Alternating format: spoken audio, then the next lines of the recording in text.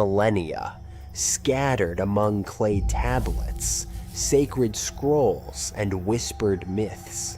Humanity has preserved haunting tales of a celestial anomaly, a rogue planet, a cosmic saboteur whose rare appearance heralds disaster and upheaval.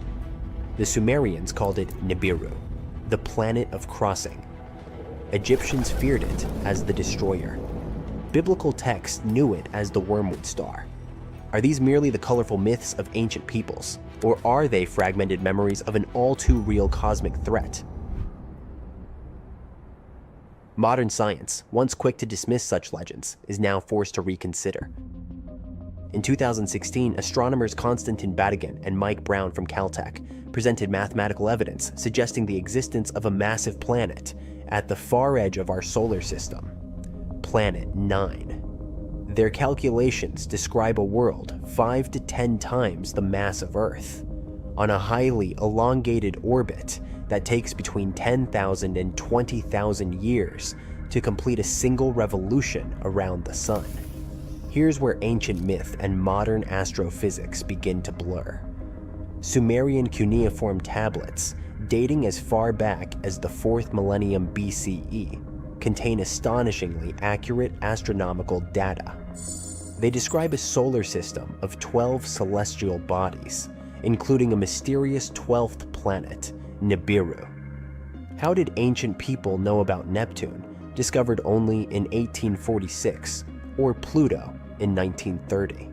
Were they simply guessing, or did they remember something we've forgotten? One of the most controversial voices in this debate is researcher Zecharia Sitchin. He spent decades interpreting ancient Mesopotamian texts and proposed a radical theory that Nibiru is a habitable world with a sweeping elliptical orbit, home to an advanced race known as the Anunnaki, beings who once visited Earth. Mainstream academia has rejected Sitchin's translations, but the uncanny parallels between his claims and recent astronomical findings are hard to ignore. Let's focus on what the data tells us. Something is warping the orbits of distant objects in the Kuiper Belt, a vast icy region beyond Neptune. These objects behave as if being shepherded by a massive, unseen force. The dwarf planet Sedna, for example, follows a wildly unusual orbit that can't be explained by known gravitational influences. And then there's the Kuiper Cliff, an abrupt drop-off in the number of objects beyond 50 astronomical units. What's causing it? Something or someone. These anomalies have left astronomers scratching their heads and have fueled growing speculation that a massive, unseen planet is hiding in the dark outskirts of our solar system. Ancient texts from multiple civilizations describe apocalyptic upheavals linked to a celestial intruder. The Egyptian Ipuwer papyrus eerily recounts plagues and chaos. The river is blood, the earth turned upside down, days are shrouded in darkness. The Babylonian Epic of Era speaks of a time when the stars left their appointed paths. These aren't just poetic metaphors. They're historical shockwaves echoing from a forgotten trauma. So what happens if Nibiru, or Planet 9, makes its next approach? Even without a direct collision, the consequences could be catastrophic. Its gravity might tilt Earth's axis, triggering sudden climate shifts. It could awaken tectonic fault lines and stir dormant volcanoes. Disturbed asteroid belts might send deadly space rocks hurtling toward us.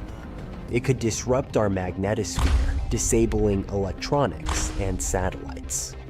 But perhaps the most chilling aspect of this theory is the cycle. Sumerian texts suggest that Nibiru returns roughly every 3,600 years. If this is true, its last passage might have occurred around 1600 BCE, a time curiously aligned with the collapse of Bronze Age civilizations, a period marked by mass migrations, natural disasters, and inexplicable cultural decline. Was this coincidence or consequence? The clock might be ticking again. Today, the hunt for Planet 9 continues, using the world's most powerful telescopes and cutting-edge simulations. We stand on the edge of either confirming the greatest myth ever told, or revealing that ancient peoples tried, in the only language they had, to warn us. It may not bear the name Nibiru. It may not carry golden tablets or alien emissaries. But if it exists, its return will reshape everything we think we know about history, science, and our place in the cosmos. One thing is certain, our solar system is far from tamed. It harbors secrets in its coldest, darkest corners, riddles older than civilization itself. And perhaps, just perhaps, the old stories were never stories at all. Maybe they were prophecies. Maybe they were the echo of survivors. Maybe the star of change is already on its way. For centuries, humanity has believed in a linear path of evolution, a slow, steady climb from primitive survival to modern innovation. But what if that story is incomplete? What if the turning points in our development weren't purely natural? Roughly 6 million years ago, an ancestor of modern apes rose to its feet, setting in motion a journey that would eventually lead to Homo sapiens. For hundreds of thousands of years, progress was glacial. We tamed fire, carved basic tools, and lived hand-to-mouth existences. Then, just 20,000 years ago, everything changed. In a span shorter than a blink in evolutionary terms, we went from hunter-gatherers to architects of vast megalithic temples, builders of empires, and eventually, explorers of space. How do we make sense of that? Some argue we can't, not with conventional science alone. This explosion of intelligence and innovation has led to alternative theories. One of the most provocative, that we had help from beings far more advanced than ourselves. Welcome to the world of the Anunnaki. They're more than myth. They're the center of a sprawling theory that suggests humanity's greatest leaps weren't entirely human. According to ancient Sumerian texts, these so-called gods came not from the heavens in a spiritual sense, but from the sky in the most literal way imaginable, another planet. And they didn't just visit, they stayed, they ruled, and perhaps most importantly, they altered us. Long before Egypt erected its pyramids, or Stonehenge crowned the English countryside, the Sumerians were building cities, inventing writing, crafting legal codes, and mapping the stars with uncanny accuracy. Their civilization bloomed in Mesopotamia nearly 7,000 years ago, and it left behind cuneiform tablets that continue to baffle and inspire. These records tell of beings called the Anunnaki, translated as those who came from heaven to earth. They introduced tools, language, agriculture, and even mathematics. But the texts also hint at a darker truth. These beings didn't just uplift humanity. They enslaved it. Why? One word: gold. Ancient records describe massive gold mining operations that predated technological society. But here's the twist. To early humans, gold was worthless. It had no utility, no exchange value, no role in survival. Yet we dug for it with obsessive intensity. According to the Sumerians, the Anunnaki needed gold, not for jewelry, but for survival. Their home planet, Nibiru, was dying. Its atmosphere was decaying, and gold particles, when dispersed in the air, could reflect solar radiation and purify environmental conditions. Earth had gold, lots of it. And so, the Anunnaki came. At first, they did the labor themselves, but mining Earth's crust was exhausting. Frustrated and desperate, they considered a more efficient solution: genetic engineering. If they could merge their DNA with that of early humans, they could create a workforce suited to the task, strong, obedient, and intelligent. Enki, one of the Anunnaki leaders, took the lead. Early experiments were monstrous. deformed hybrids that echo legends of giants, cyclops, and mythic beastlists. Many were destroyed, others abandoned. But eventually, success came. Using one of their own as a surrogate, they implanted a fertilized egg, part Anunnaki, part hominin. The result was a child named Adamu. Sound familiar? To many, Adamu is the precursor to the biblical Adam. The parallels between religious creation stories and Sumerian myth are too sharp to ignore. Created in our image, from clay, the Sumerians were telling a story that would echo through ages, morphing into sacred texts and oral traditions around the globe. Adamu and his descendants became laborers, building a society under Anunnaki rule. But something strange happened. These hybrids didn't just follow. They learned, they questioned, they grew in number and complexity. Eventually, they became us. Here's where the timeline warps. Homo sapiens have existed for over 300,000 years.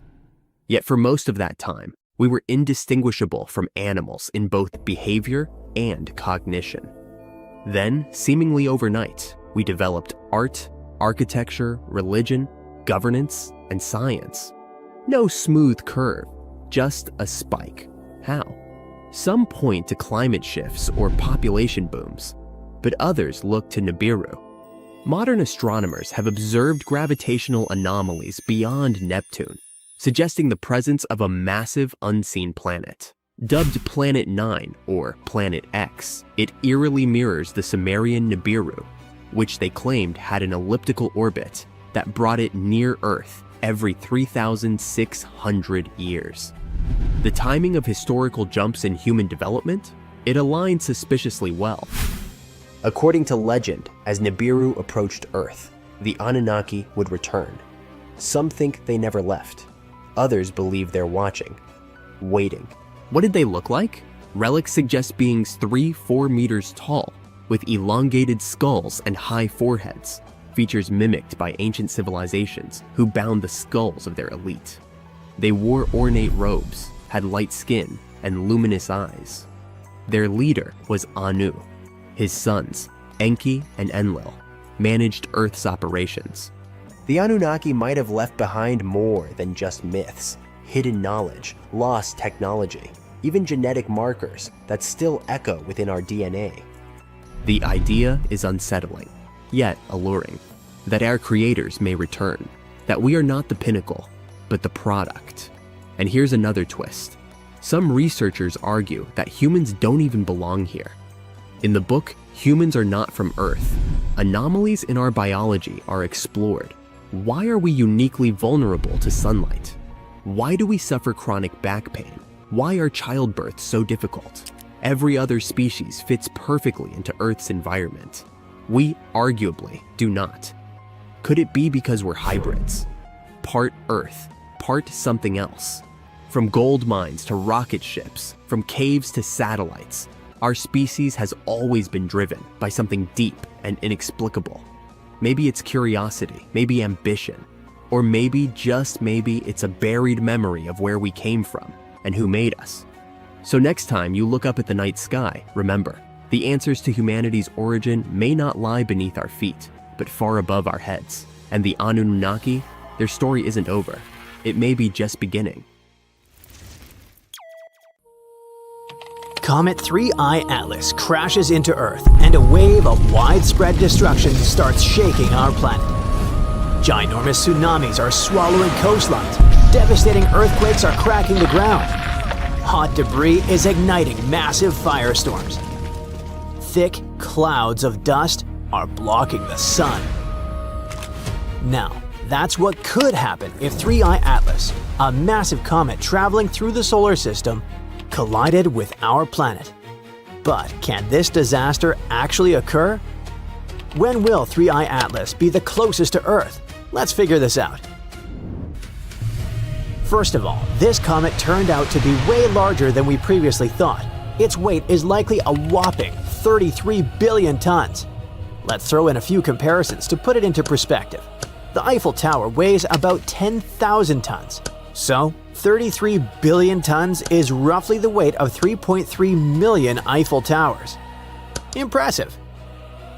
Next, all the cars on Earth, and we're talking about 1.5 billion vehicles, each weighing about 1.5 tons, weigh approximately 2.25 billion tons. This means that the comet's mass is 15 times greater than the combined weight of literally all the cars on the planet. And finally, compared to buildings on Earth, 33 billion tons is equal to several large metropolitan areas made entirely of steel and concrete. But the whole idea of how big this comet is fades in comparison with an even crazier fact about it. It could be unknown technology from a different galaxy, and some experts are somewhat sure about that. But why? 3I Atlas was first spotted in July by NASA's Asteroid Terrestrial Impact Last Alert System. A bit later, the US Space Agency confirmed that the object was an interstellar object, only the third we have found so far. Before, it was Comet 2I Borisov that passed through in 2019, and Oumuamua, a weird elongated object that appeared in 2017. But the newest comet, with its up to 3.5-mile nucleus, dwarfs Oumuamua, which is just a quarter-mile long, and Borisov, which is about 0.6 miles across. By the way, some believe that the comet could be even bigger, up to almost 7 miles, but scientists haven't found any proof of that yet. Besides its size, 3I Atlas is different in other ways too, which makes some scientists question its origins. The object is shedding huge amounts of carbon dioxide and dust while zooming towards the Sun. It's most likely the proof that 3I Atlas is more massive than the other two interstellar objects by 3 to 5 orders of magnitude, which is basically a serious anomaly. The comet is also traveling toward the Sun incredibly fast. We're talking about around 130,000 miles per hour, which is almost 170 times the speed of sound. Another weird thing is that this interstellar object is following a straight trajectory, unlike anything else in the solar system. Most space bodies move along curved orbits due to the force of gravity.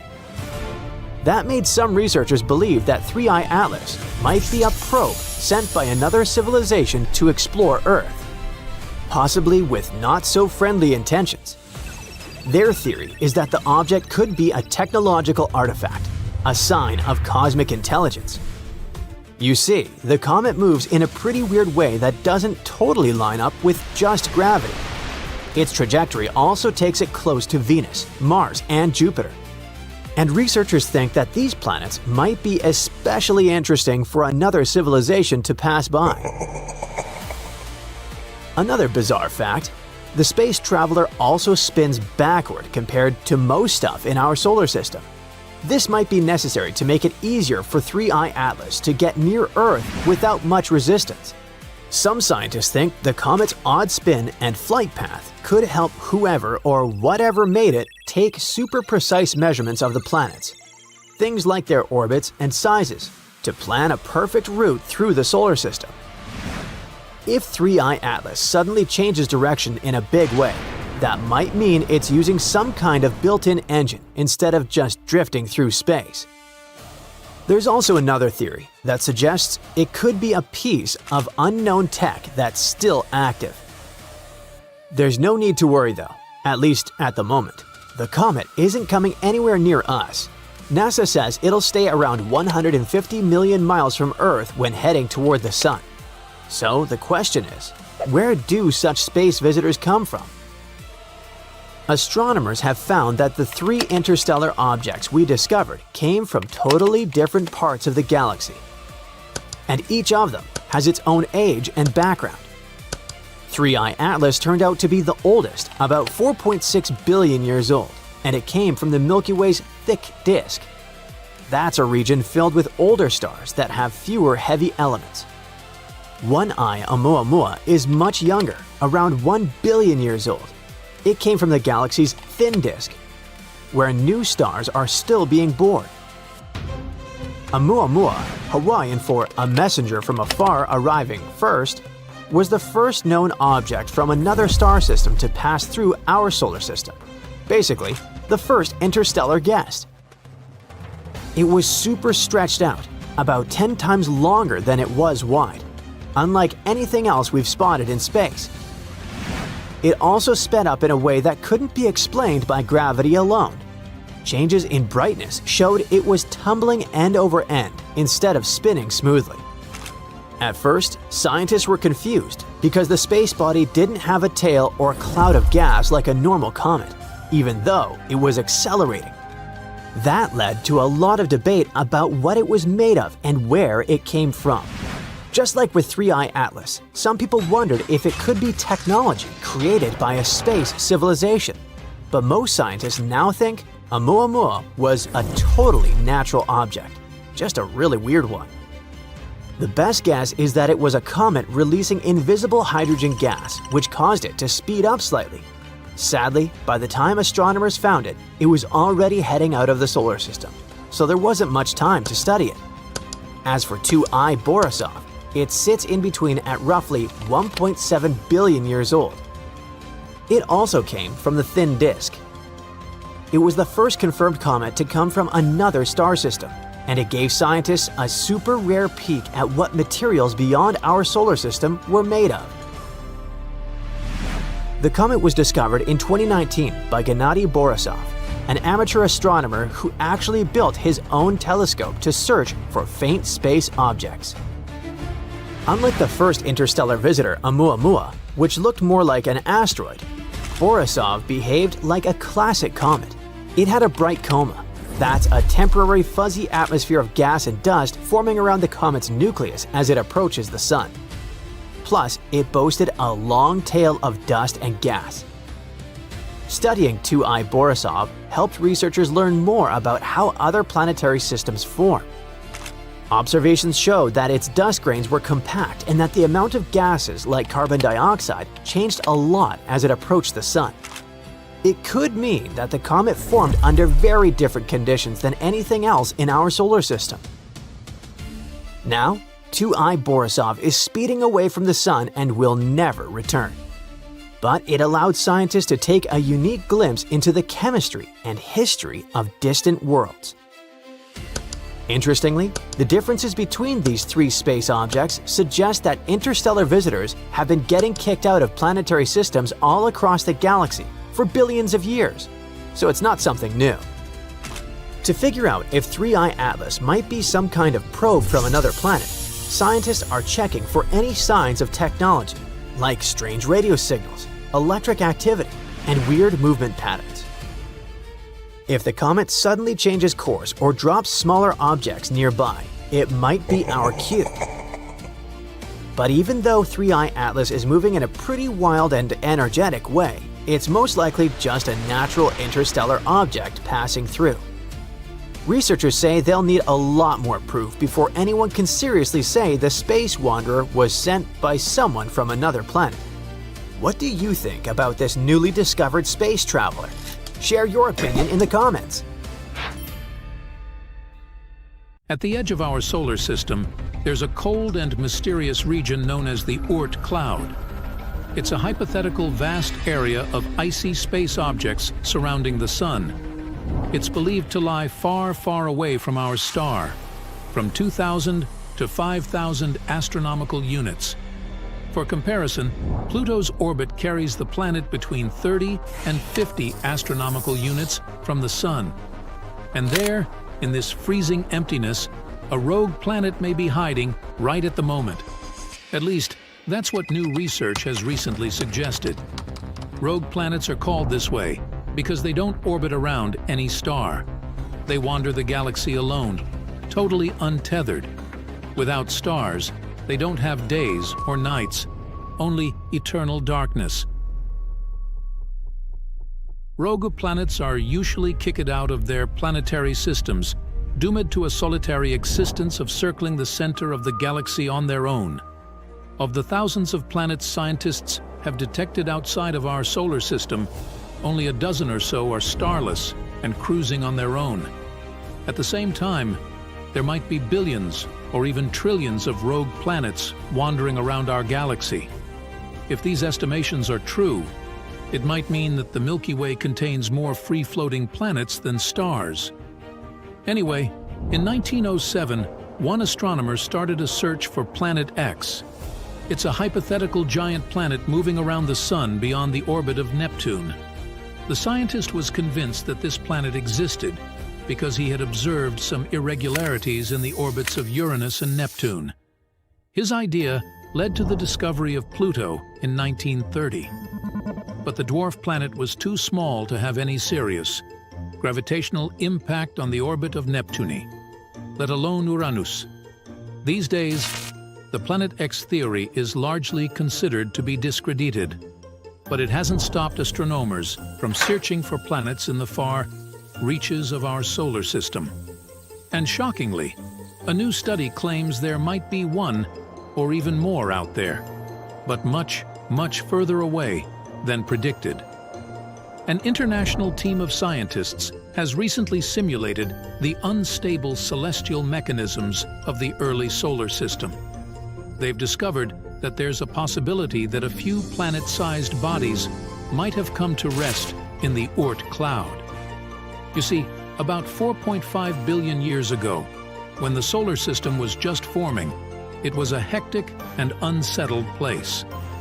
Gravity sent debris from the cooling protoplanetary dust cloud hurtling around like cosmic tennis balls. From time to time, large chunks of this debris, even planet-sized ones, were sent flying far enough to escape the sun's gravity altogether.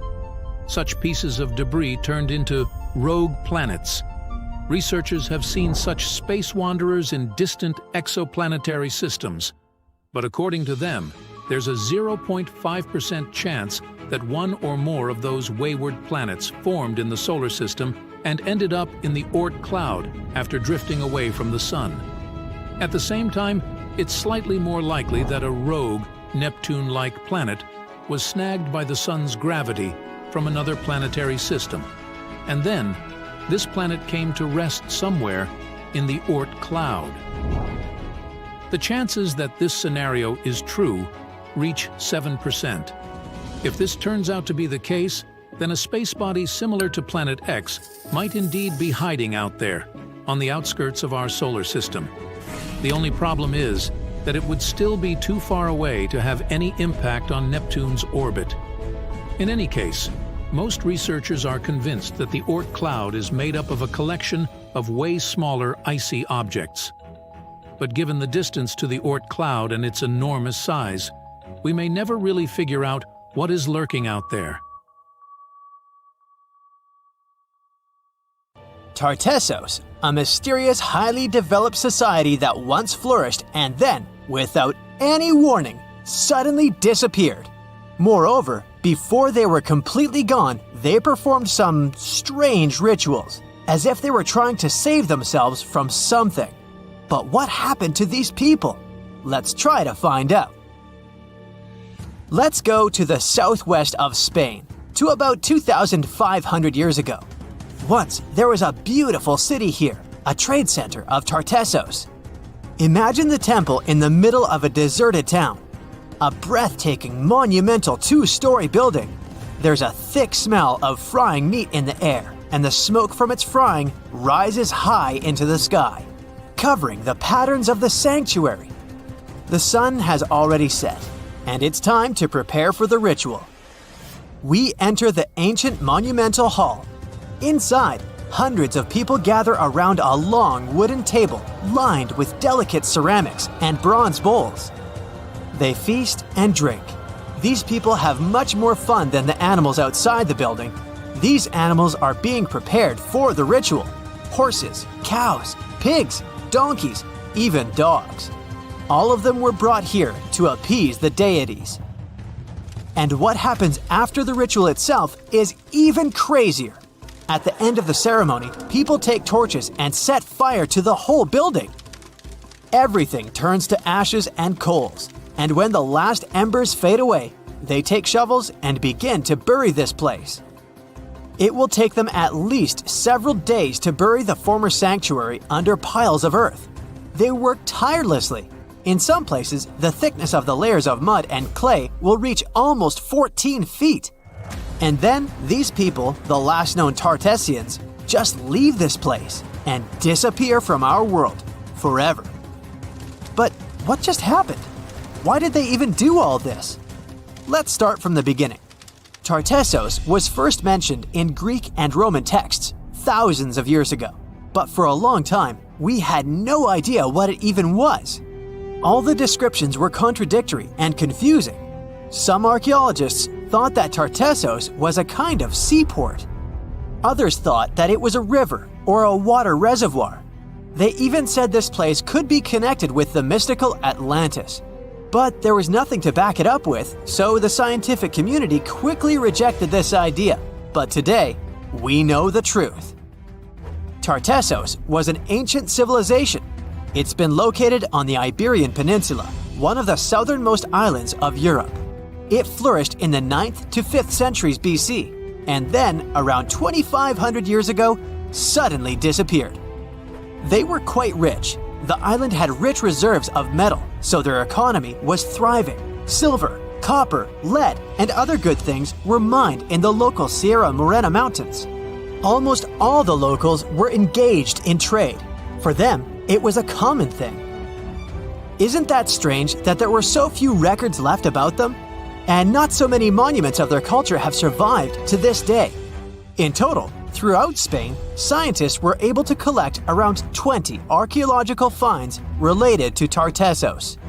3 of them were excavated in the Guadiana Valley: Cancho Ruano, Casas del Turrunuelo, and La Mata.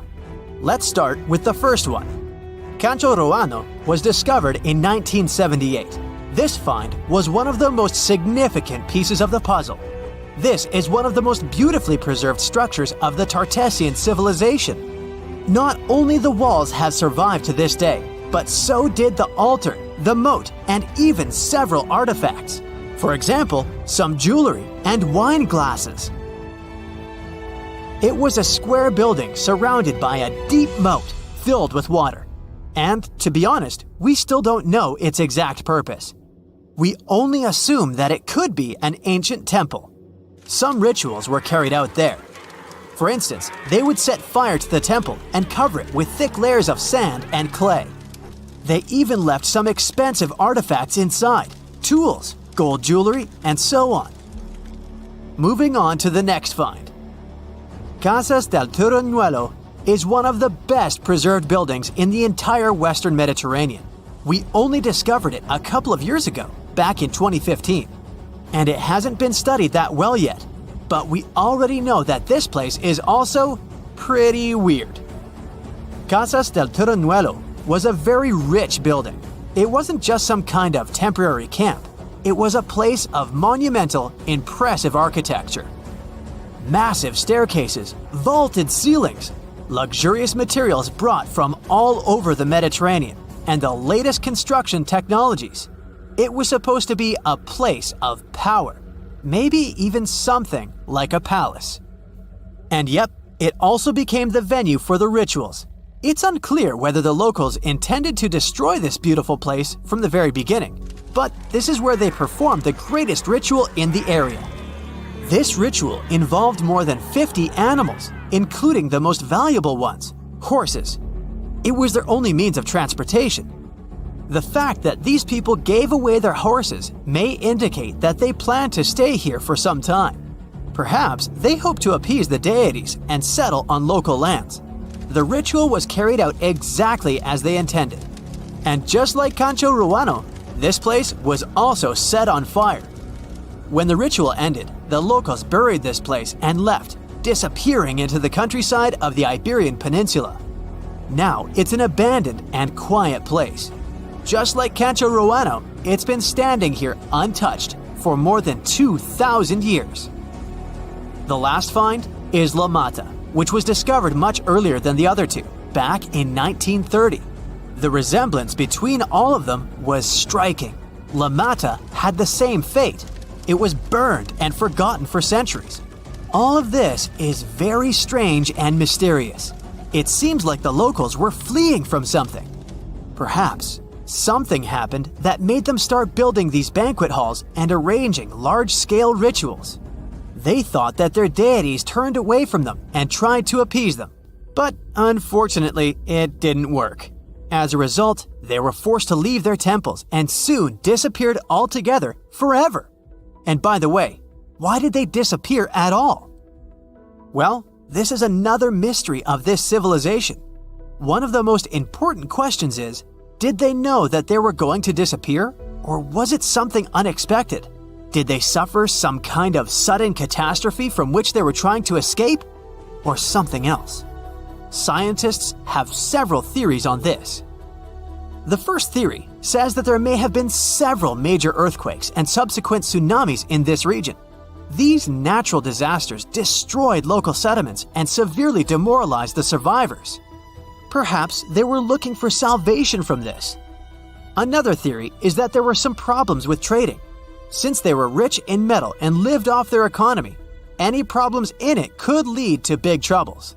If they had some kind of mining crisis, then relations between different nations could worsen greatly, and things could get pretty nasty. The truth probably lies somewhere in the middle.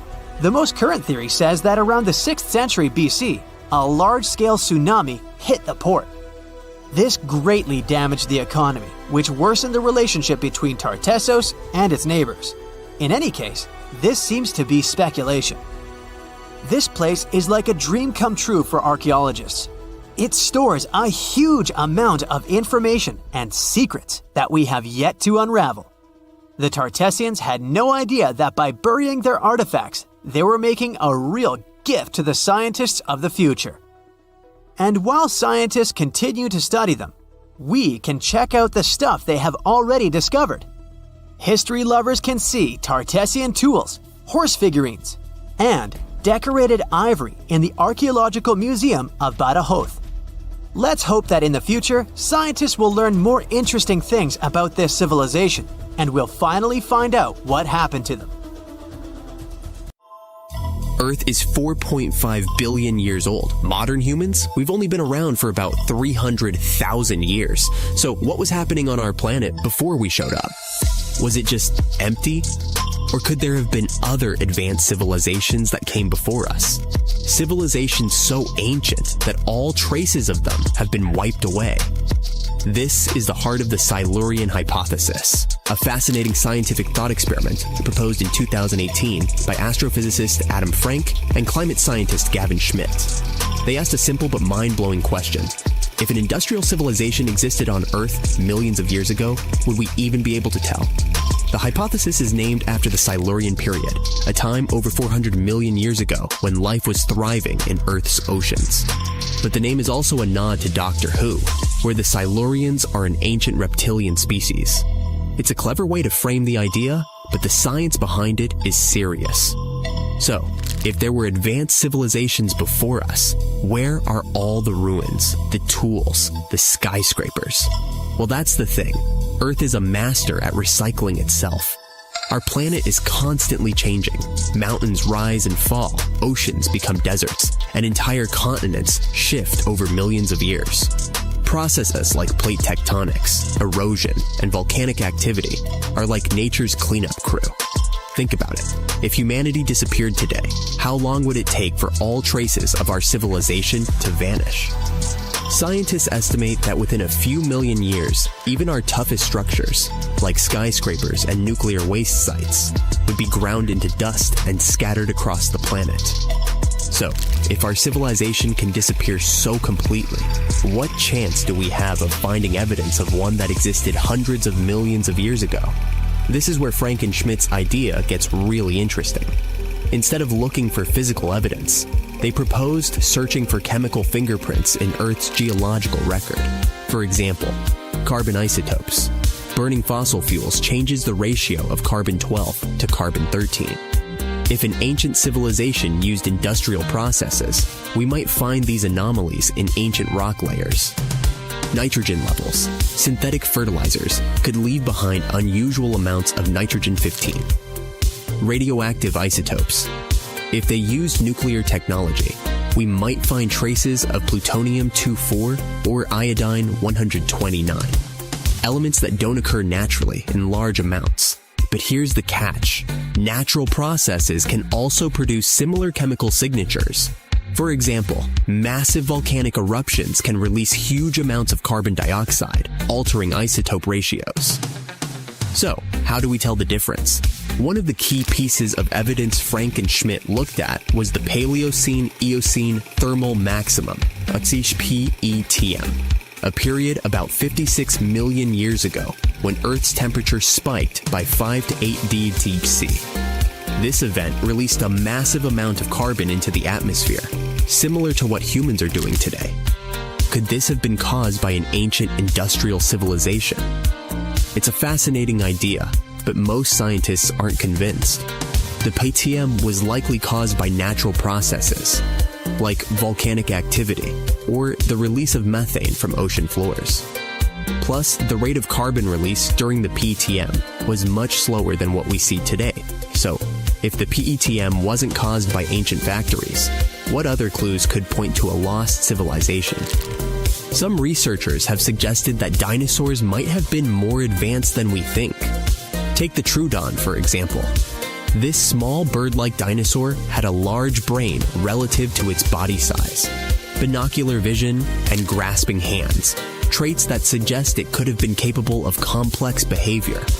Paleontologist Dale Russell even speculated that if dinosaurs hadn't gone extinct, Troodons might have evolved into intelligent, human-like creatures he called dinosauroids. But let's be real, even the smartest dinosaurs were probably nowhere near building cities or launching rockets. So, what about something even stranger, like a civilization based on fungi? In 2000, a Japanese biologist named Toshituki Nakagaki conducted an experiment that blew everyone's minds. He placed a slime mold in a maze with a sugar cube at the end. Within hours, the mold figured out the shortest path to the sugar without a brain. This raises a wild question. Could fungi or other simple organisms have formed some kind of ancient intelligent network? If so, their civilization would leave behind no physical traces, just subtle chemical clues. Of course, not everyone is on board with the Silurian hypothesis. Critics point out that there's no direct evidence, no tools, no buildings, no artifacts. All the proposed chemical traces could be explained by natural processes. Evolution makes it unlikely that any species before humans could have developed advanced technology. So, was there an ancient civilization before us? The answer is, we don't know. But the Silurian hypothesis isn't really about proving the existence of lizard people or dinosaur engineers. It's about challenging our assumptions and asking, what don't we know about Earth's history? And who knows, maybe one day we'll discover a clue that changes everything. At some point in its long and very interesting history, our dear planet Earth was sort of snoozing, just doing its planetary thing, spinning around the sun. And then, bam, life starts getting fancy. Plants and animals start strutting their stuff, showing off their complexity. Fast forward a bit, about 65 million years ago to be exact, and a cosmic disaster strikes, or at least that's what we presume. An asteroid probably smashed into Earth, wiping out the dinosaurs and other big animals.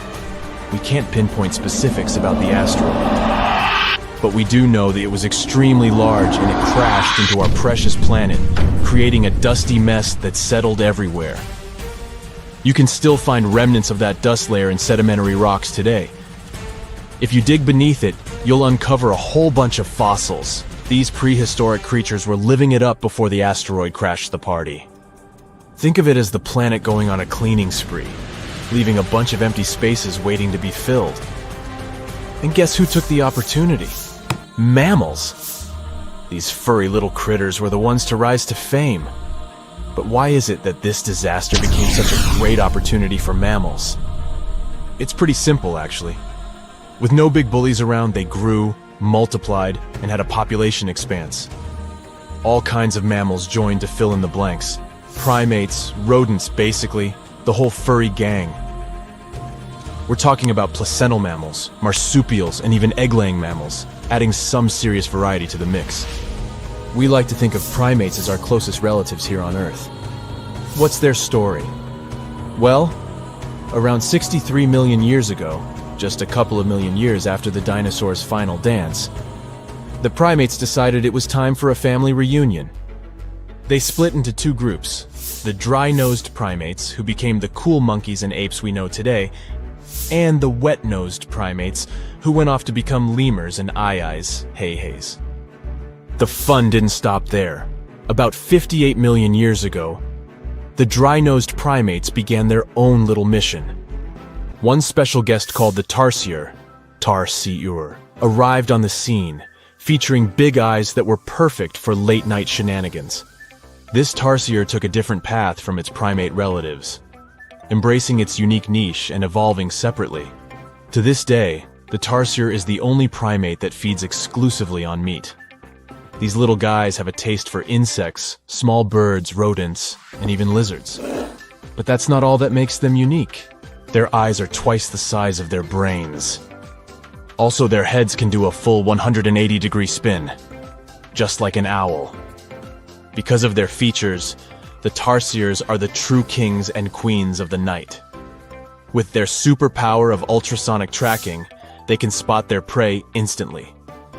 Plus, their legs and feet are like springs ready to launch them into action. They've got this special ankle bone called the tarsus, which gives them those epic leaping skills.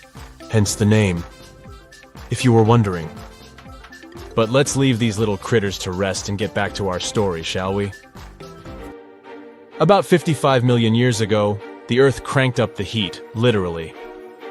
This sudden hot pod was a bit too much for many deep ocean dwellers and plants to handle, and they bid their farewells. But hey, every goodbye is an opportunity for something new, right? The oceanic mammals known as cetaceans, saw their chance and took it. They splashed into those empty niches, becoming the rulers of the sea. In this category of creatures, you can find the blue whale and the dolphin. A special primate guest made an appearance around 47 million years ago. Scientists now affectionately call the fossil of such a creature Ida. This little wonder caused quite a stir, initially hailed as the missing link in human evolution. But here's the hilarious part. It turned out Ida was not one of us dry-nosed primates, but a cheeky wet-nosed one. Moving forward to 40 million years ago, this is when another big event happened in the primate world. The New World monkeys, our distant cousins, decided to take a different path and branch off from our lineage of Old World monkeys. They packed their bags and set off to conquer South America, where they're still living it up today. What's the difference between the two, you might ask? Well, one crucial thing that sets them apart is the fact that the Old World monkeys had nostrils that pointed downwards. Around 25 million years ago, another troop of apes entered the scene, and these guys had something special, the lack of a tail. These unique creatures would go on to become our closest relatives. We're talking apes and great apes, the cool gang who share a whole lot of genetic similarities with us. The first ape to break free from the monkey madness was the gibbon. About 18 million years ago is when this little acrobat swung into the picture. A few million years later, the great apes made their grand entrance too. Orangutans were the pioneers, venturing into the wilds of southern Asia. We're getting closer and closer to the present. It was 7 million years ago when the great apes took a major fork in the evolutionary road. One path led to our ancestors, the future Homo sapiens, and the other path led to chimpanzees and bonobos. These two primate branches remained united for a few million years before finally going their separate ways. 5.6 million years ago, a game-changing ape called Ardipithecus made its way into our evolutionary history. It had a special talent, bipedalism. That's right, this was one of the first apes to walk on 2 feet, probably making its primate buddies raise an eyebrow or two. The real showstoppers, however, arrived around 4 million years ago, the Australopithecus crew. These were the earliest members of the Hominina hominina subtribe, our tribe. What made them so special? Well, probably the fact that they brought some serious tools to the game.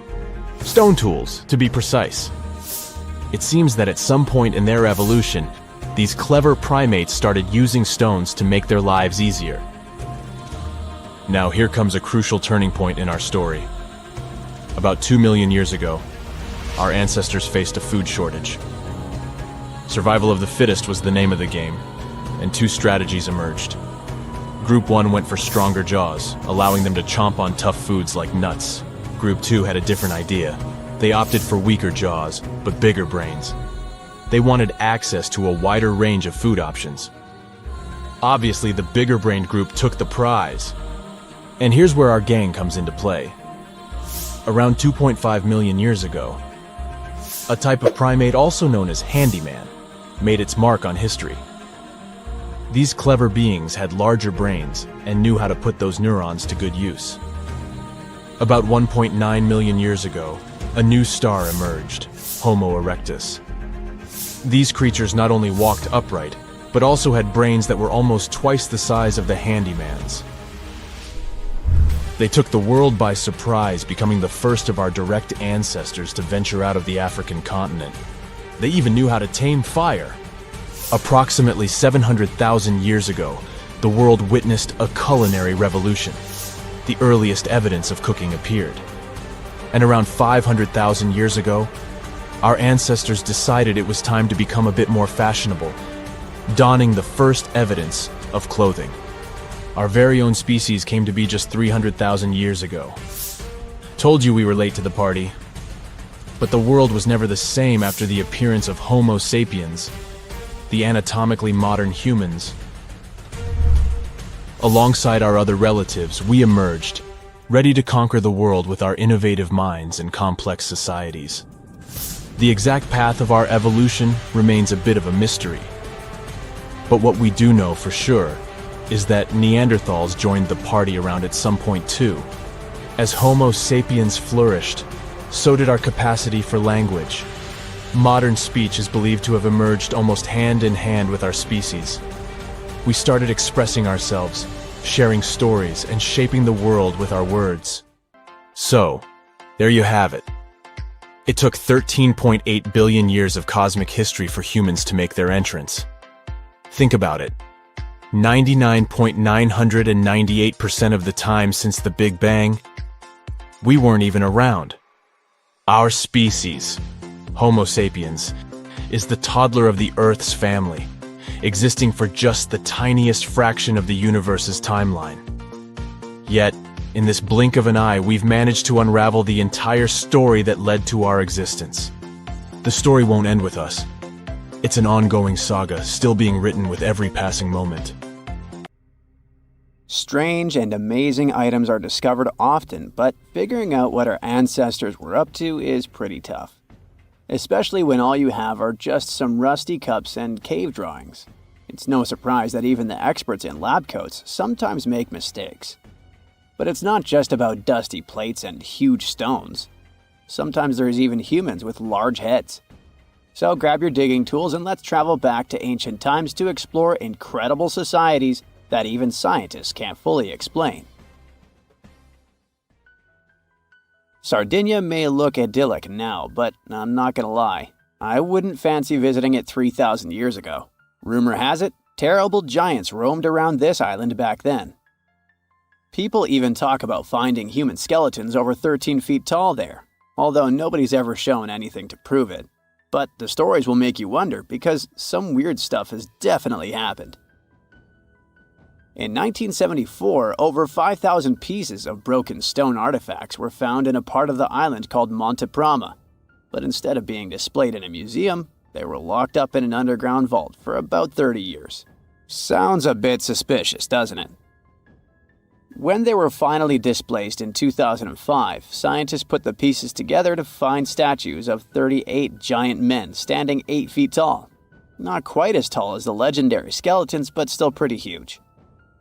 It's thought these statues were made by the Nuragic people, who lived on the island a long time ago. Besides giant statues, they also built over 8,000 massive stone buildings. Perhaps Nuragic weren't giants themselves, but they definitely liked their things big. I do too. I like a big number of likes on our videos. That would be pretty great. Thank you if you liked this and subscribed. Now back to the video. You and I are pretty smart, but we might not be the smartest humans ever. Actually, we might not even be the smartest species. Since 1913, some skull fossils found in South Africa have hinted at a possibly smarter contender called Boskop Man. This human-like species might have lived as recently as 10,000 years ago. Their skull suggests they had really big heads, which means their brains could have been 30% bigger than ours. Wow! Their average IQ could have been around 149, making them among the smartest 0.05% of people today. But if a Boskop brainiac was so much smarter, why are they not around and we are? Well, bigger isn't always better, you know. Our brains are a lot bigger than our ape relatives, mainly in the prefrontal cortex. This part helps with high-level tasks like making decisions, remembering things short-term, and being aware of ourselves. The parts of the brain that handle our senses and movements haven't really grown much. So, maybe the Boskops spent too much time dwelling on the past rather than doing practical things like hunting. But this is all just guessing. We really don't know what happened to these clever cousins of ours. Some people even argue that Boskops weren't any different from us, with the only evidence being parts of skulls. The jungle is huge. Did you know the Amazon rainforest is home to about 30% of all the world's plant and animal species? That's impressive. However, the history of one native species, humans, has long puzzled scientists. The mysterious Kasarabe people lived here for hundreds of years and then vanished around 1400 AD. People thought the Amazon only had a few scattered tribes, but recently we discovered big, unusual shapes in the ground called geoglyphs. These might look like simple shallow ditches, but they're actually the remains of a vast civilization that spread over 5,000 square miles and includes about 450 markings, some as wide as 1,300 feet. That's insane! They likely contained ceremonial buildings and could have hosted up to 1 million people as recently as 550 years ago. Thanks to new technology like LiDAR, which uses a safe laser to map the forest without harming it, we can explore deeper. In 2019, some scans showed miles of raised roads and pathways and even pyramids over 70 feet tall. They found 26 separate settlements, 2 of which were at least 250 acres each. Damn, that's like 330 soccer fields. It's not certain what happened to the Kasarabe people. Maybe European conquistadors drove them out. Maybe the most baffling ancient civilization is one we've never actually found a trace of. Yep, I'm talking about Atlantis, the grand city that supposedly sank into the ocean. The first mentions of Atlantis come from the ancient Greek philosopher Plato, who talked about a great city near the Strait of Gibraltar.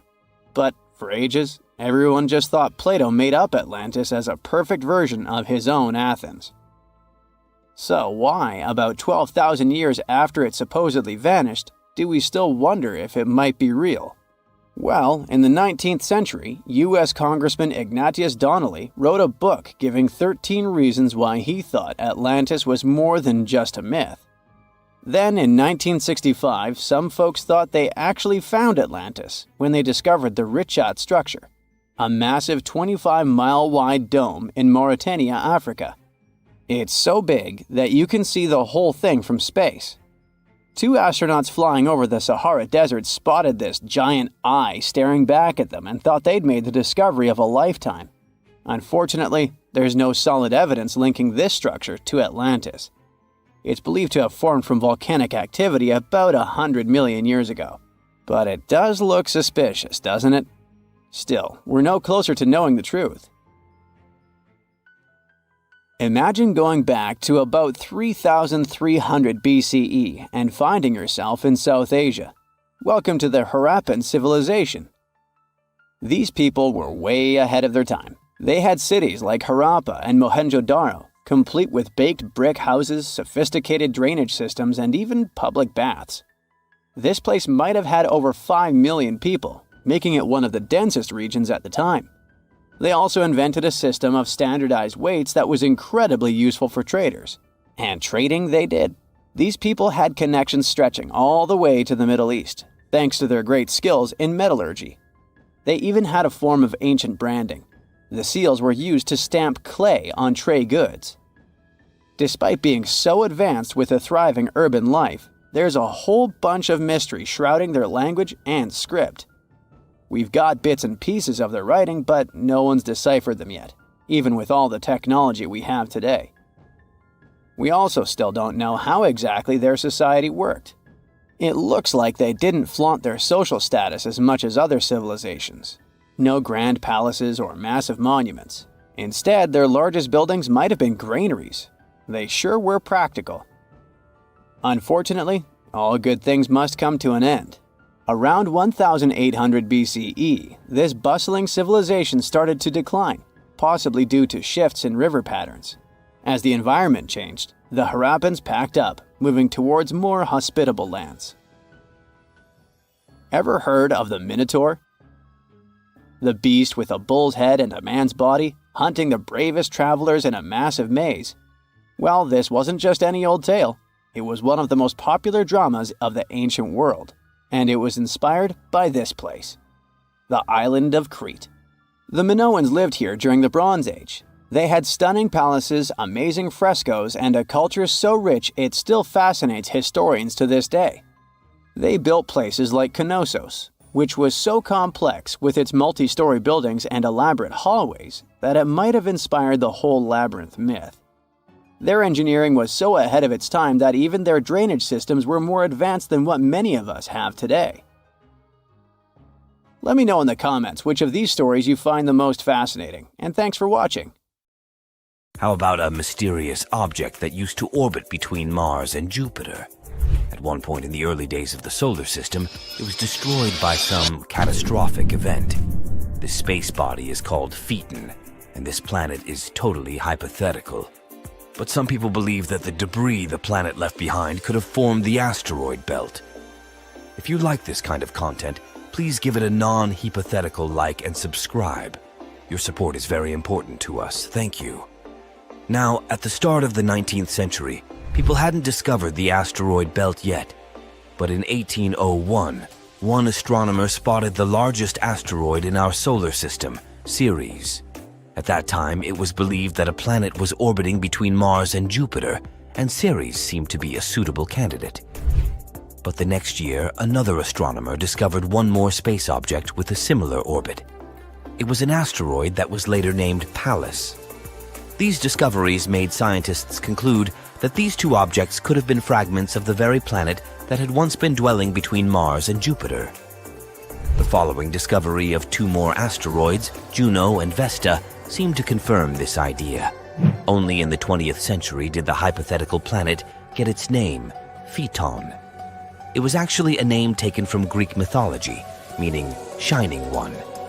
The hero with this name was the son of the sun deity, Helios, who rode his solar chariot across the sky every day, giving humans the heat and light necessary for survival. One day, Helios allowed Phaeton to drive his chariot. But the sun didn't manage to control the horses. Everything went wrong, and Earth was about to burn down. That's why the main deity, Zeus, had to stop Phaeton with a thunderbolt. The idea of the asteroid belt being the sad result of the planet's destruction was called the disruption theory. And of course, there were several ideas explaining the planet's tragic fate. The most obvious one is that Phaeton was hit by a large space object. It could be another hypothetical body called Nemesis. Some people believe that it's our sun's companion star. According to this theory, the sun has a small companion star that has an extremely elliptical orbit. This orbit periodically brings it close to the Oort cloud, a large sphere of icy objects surrounding the sun. This, in turn, causes a lot of mess.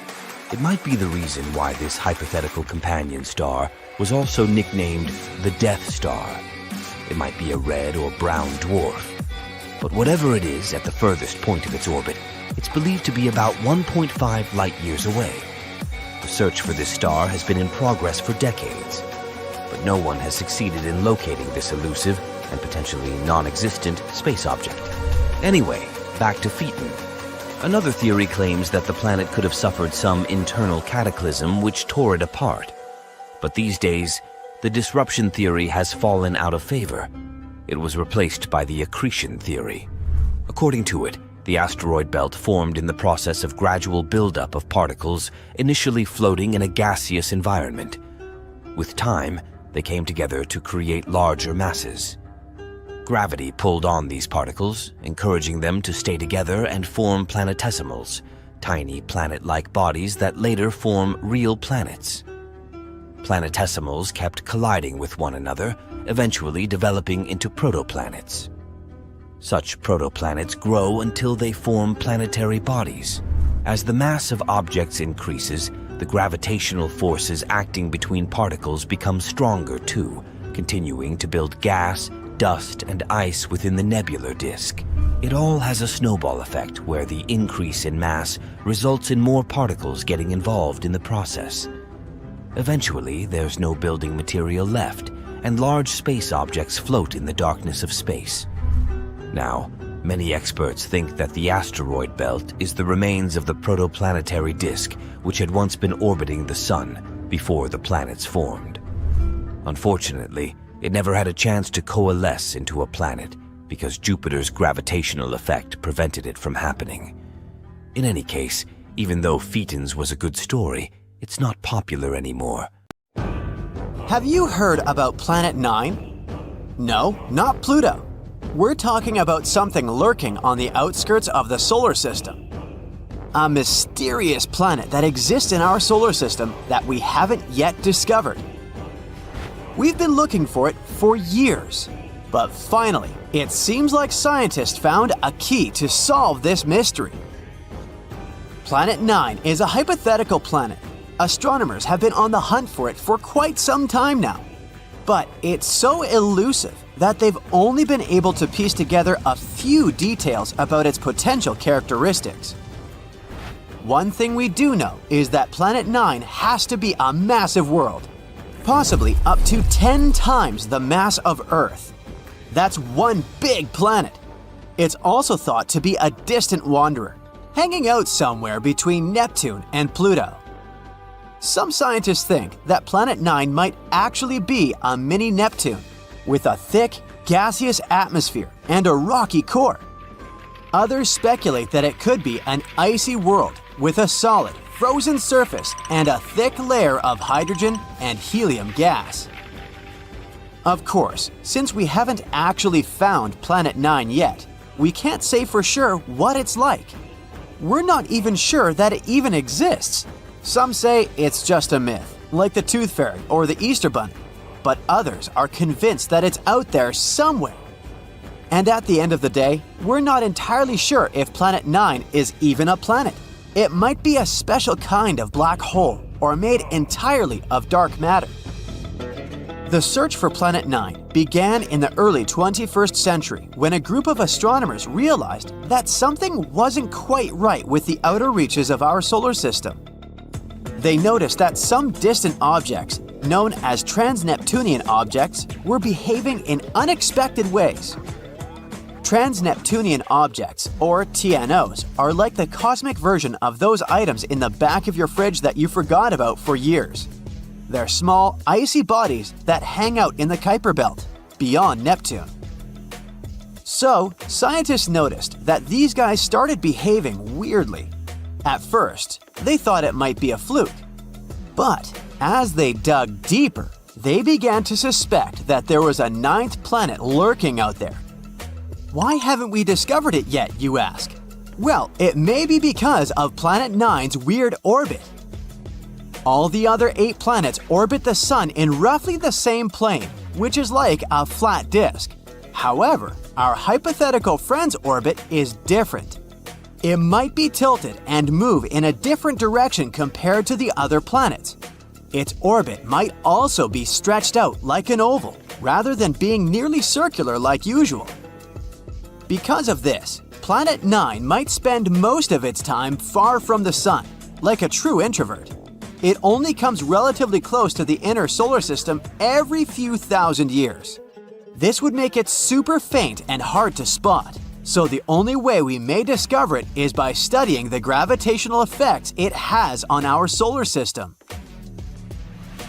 And this isn't the first time astronomers have gone looking for a new planet. Back in the 19th century, there was a similar hunt for a hypothetical Planet X. But this time, they were armed with much better technology and a much better sense of humor. They began calling their elusive quarry Planet 9, which was much catchier than Planet X.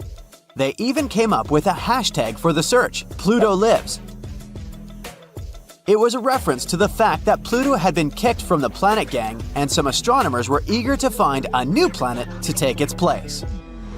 But the search for Planet 9 has been no easy task. It's like trying to find a lost sock in the laundry basket the size of a football stadium. It's so far away and so faint that even the most powerful telescopes can't see it. Instead, astronomers have had to rely on indirect evidence, like the strange orbits of TNOs, to try to figure out where it might be. Some scientists have even supposed that it might be a wandering rogue planet, which would explain why it's so hard to find. But they haven't given up hope. Till this day, they're scouring the skies using all sorts of high-tech telescopes and fancy algorithms to try and spot this elusive planet. And fear not, dear curious human, because it looks like after so many years of research, we may have finally found the key to solve this mystery. Astronomer Man Ho Chan from Hong Kong has a theory. He believes that Planet 9 could have a bevy of moons. That's right, not only is it a giant planet hiding out in the depths of space, but it's also a bit of a hoarder. Moons are all the rage in the outer solar system. In fact, almost every planet here has at least one moon, except for Mercury and Venus. Earth has just one, which is kind of sad if you think about it. Even non-planetary bodies like Pluto have at least a couple of moons. A bit unfair, isn't it? Anyway, taking this into account, let's go moon picking with Planet 9. The region between the rock-filled Kuiper Belt and the rock-filled Oort cloud, where this planet is predicted to be, should be ripe for the picking. Chan made some calculations and determined that it would be stranger if the elusive planet didn't have any satellites. According to his calculations, an object the mass of Planet 9 should capture at least 20 TNOs as large as almost 90 miles across. It's like our mysterious planet is playing cosmic Pokemon with these guys. So, what if Planet 9 has moons? Would that make any difference? Kinda, yes. They could give us some indirect clues to finally locate this mysterious planet. Now, you might be thinking, how in the cosmos can we possibly spot these teeny tiny moons? It's not like they're going to wave a giant flag or blast some Beyoncé tunes to get our attention. Well, apparently the key lies in something called tidal heating. Tidal heating might sound like a new workout trend, but it's a real scientific phenomenon. It happens when two celestial bodies are close together. You see, tides aren't just about the rise and fall of the ocean, they're also the result of gravity pulling unevenly on a planet or moon. When a planet and a moon are close enough to each other, their gravity pulls on each other, creating a bit of a football shape. And as these celestial bodies move around each other, they shift shape and generate friction inside, which produces heat. Wow, who knew that Planet 9 could have a workout routine? Perhaps we should start calling it Gym Planet instead. Anyway, if Planet 9 has any moons, the gravitational pull from these moons would cause it to change shape constantly, generating heat in the process. And we might be able to detect this mysterious planet through the heat produced by those moons, even though it gives off no other signals. Now, before you get too excited, finding them won't be a walk in the park. They're incredibly small and would be very far away from us. But hey, nothing worth discovering ever came easy, right? Scientists are optimistic that with the right technology, they can spot this telltale sign. It will be easier for us to spot them with fancy instruments like modern telescopes. Talk about cool friends to have, right? Sure, the process of finding it may be difficult and time-consuming, but the potential payoff is huge. Finding this planet could explain a lot of the strange behavior observed in TNOs, the Kuiper Belt, and beyond. As we've already mentioned, they've been acting super weird lately, tilting and aligning in suspicious ways. If this planet doesn't actually exist, we have yet to explain what is the reason for this strange behavior. In any case, the search for Planet 9 is one of the most exciting and intriguing quests in modern astronomy. It's like a cosmic scavenger hunt, and everyone's invited to join in on the fun. So, grab your telescopes and let's go planet hunting.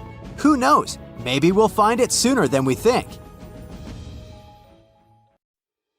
Now, we wouldn't call this island mystical unless there were tales of giants living here. The island of Gozo in Malta is the backdrop of an ancient legend. Malta is an island country located in the Mediterranean Sea, just south of Europe. It's a very strategically located archipelago. Throughout history, it was ruled by many different societies, such as the Phoenicians, Greeks, Romans, and Carthaginians. One cold night, thousands of years ago, a farmer noticed the sky turn orange, then red, when he heard a loud thump. Although the ground seemed to be moving, this wasn't an earthquake. When he looked toward the woods, he saw a giant silhouette, taller than the trees. As he fearfully approached, he realized it was a woman, a giant woman. She introduced herself as Sansuna. Unlike the terrible giants of many tales, Sansuna didn't want to exterminate the human race. She was loving and caring. She told the farmer that she and her people could help protect their land from invaders. The locals were pretty interested in this offer. Since Malta is located in an important commercial route, it was constantly being invaded. The story says that Sansuna settled in Malta, and sooner rather than later, she was moving things around. And when I say things, I mean monoliths. Sansuna carried huge stones on her shoulder to build a magnificent temple called Gigantia, which means place of giants. She even did this while holding her half-giant, half-human kid on the other shoulder. Some say Sansuna lived exclusively on beans and honey, although others replaced honey with water. The funniest bit here is that Malta is the 10th smallest country in the world, but it somehow managed to host giants. Hey, go figure. The temple looked like a giant game of Tetris, with some stones weighing as much as 20 elephants. Some of these monolithic rocks are so heavy, scholars guess it would take 50 men working together to lift just one stone. Now, as much as this is entertaining, humans never proved giants were real, so this story couldn't be true. There's a brief mention of a species of giants called the Nephilim in some ancient texts. The Nephilims would have been terrible giants that wreaked havoc on the earth and only survived until the Great Flood. But nobody ever found real proof of this species really existing on Earth, until this came along. The world of Maltese archaeology unearthed quite a few shocking things in the past years. One of them are known as the hypogeum skulls. Hypogeum is the Greek word for underground, and this incredible site was discovered in the first decade of the 20th century. Back then, Malta's National Museum director received an important phone call. Someone had accidentally dug some impressive bones and asked him to come check it out.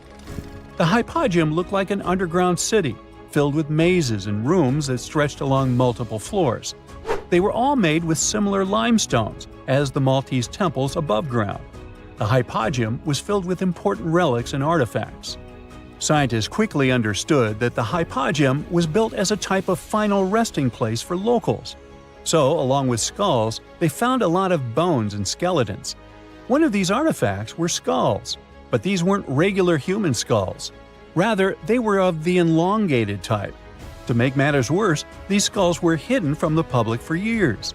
People started to talk and created a bunch of theories behind it. The truth is that this discovery was a turning point for Maltese archaeology, although scientists didn't know what to do with it. Some wondered if these skulls were natural or manipulated, since they knew some cultures in the world used head binds to alter their skulls. Other scientists threw in the hypothesis of little gray people or even the legendary giants. Some say that the elongated skulls could have been sculptures that worshipped otherworldly deities. There was no way to confirm any of these theories. So the question remained: who were the builders of Malta's megalithic temples? Now let's take a look at what scientists know. The Maltese megalithic temples have been standing strong since 3500 BCE, which is even older than the pyramids of Egypt. The main dilemma here is that these temples were built even before we invented writing, yet they required advanced technological skills to exist. The Gigantea Temple seems too absurd to have been built by humans. The South Temple has a corridor with 4 oval rooms on the sides, looking like a big shamrock leaf. In one of these rooms, scientists found altars decorated with spiral patterns. It looked like an altar of some sort, indicating early Maltese people used them for ritualistic purposes. The North Temple is similar but smaller, with a very low entrance that makes people crouch down to get inside. You get it? You need to bow down to their deities in order to get into this sacred place. I mean, one can't help but wonder about the secret reasons these ancient builders had to build such a huge temple. I'm thinking they probably cast one of Daenerys' dragons to move the monoliths around. Yeah, I'm joking here. But hey, remember the entrance to King's Landing? Yup, the series used the Medina Gates in Malta as the exterior of King's Landing during Episode 3 of Season 1. Anyways, back to the giants. The ritualistic theory of the whole thing won a few points when archaeologists uncovered these mysterious figures. They're popularly known as fat ladies. These tiny statues have round bodies and faces that show how much they enjoyed life. They kind of look like a miniature Sunzana, the giantess we talked about. Scientists believe these were statues that celebrated well-being and prosperity. It does prove that the people of the time had advanced craftsmanship skills, and they were pretty intentional with their constructions and art manifestations. One of these statues is known as the Sleeping Lady. This Neolithic piece of art depicts the figure of a large woman lying on her side sleeping. After studying it deeper, scientists guessed this statue was meant to represent the Great Reaper. It was found in the hypogeum, which we now know was a huge resting place. This specific statue is different from all the other fat ladies, starting with the hair and the embroidered skirt. Then there's this statue. This is supposed to represent an 8-foot-tall woman and the rim of her skirt. She was discovered in the most unusual of ways. A farmer was trying to plow his field, but he kept hitting large blocks of stone. All the way back in 1915, the farmer called Malta's National Museum director and asked him to come check it out. Some think this is all the proof you need to confirm that Sunsana was real. Others aren't all that sure. But that's not all. The place where this giant statue was buried revealed one of Malta's most impressive archaeological sites, the Tarsian Temples. The temples were made from limestone blocks. Some are 20 feet tall and weigh around 20 tons. Zamet, the museum director, kept digging and discovered multiple sites made of megalithic stones. All of them supposedly built by Stone Age farmers, all stranded on a remote island in the Mediterranean Sea thousands of years ago. It just doesn't make sense. I mean, look at these temples in Manidra. This is probably the world's earliest calendar. On the equinoxes, the sun passes directly through the main doorway, straight down the central axis. On the solstices, there are 2 superb variations. During the summer solstice, the rays fall on the edge of the megalith to the left of the doorway, and during the winter, the rays fall to the right side of the doorway. It's astronomical precision at its finest. And what about the structures in the Hall Tarsian that we've already talked about? This complex is the oldest one in all of Malta. It was built with the purpose of doing animal offerings to deities. Scientists confirmed this by unearthing numerous animal bones buried in the soil. They also found a great collection of spirals, indicating that the locals also used this temple for ritualistic purposes. Overall, there are 7 megalithic temples in Malta, each more impressive than the other. Scholars keep on digging to see if they can uncover the truth, much like researchers do with the pyramids of Egypt, the lost Mayan cities in the Americas, and other sites. At some point in its long and very interesting history, our dear planet Earth was sort of snoozing, just doing its planetary thing, spinning around the sun. And then bam, life starts getting fancy. Plants and animals start strutting their stuff, showing off their complexity. Fast forward a bit, about 65 million years ago to be exact, and a cosmic disaster strikes, or at least that's what we presume. An asteroid probably smashed into Earth, wiping out the dinosaurs and other big animals. We can't pinpoint specifics about the asteroid, but we do know that it was extremely large and it crashed into our precious planet, creating a dusty mess that settled everywhere. You can still find remnants of that dust layer in sedimentary rocks today. If you dig beneath it, you'll uncover a whole bunch of fossils. These prehistoric creatures were living it up before the asteroid crashed the party. Think of it as the planet going on a cleaning spree, leaving a bunch of empty spaces waiting to be filled. And guess who took the opportunity? Mammals! These furry little critters were the ones to rise to fame. But why is it that this disaster became such a great opportunity for mammals? It's pretty simple, actually. With no big bullies around, they grew, multiplied, and had a population expanse. All kinds of mammals joined to fill in the blanks.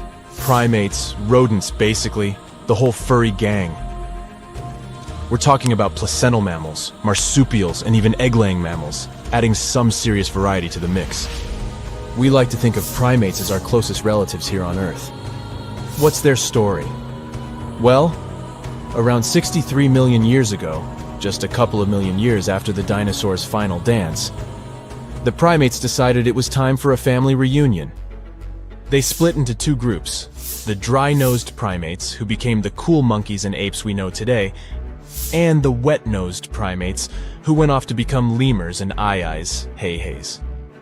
The fun didn't stop there. About 58 million years ago, the dry-nosed primates began their own little mission. One special guest called the tarsier, arrived on the scene, featuring big eyes that were perfect for late-night shenanigans.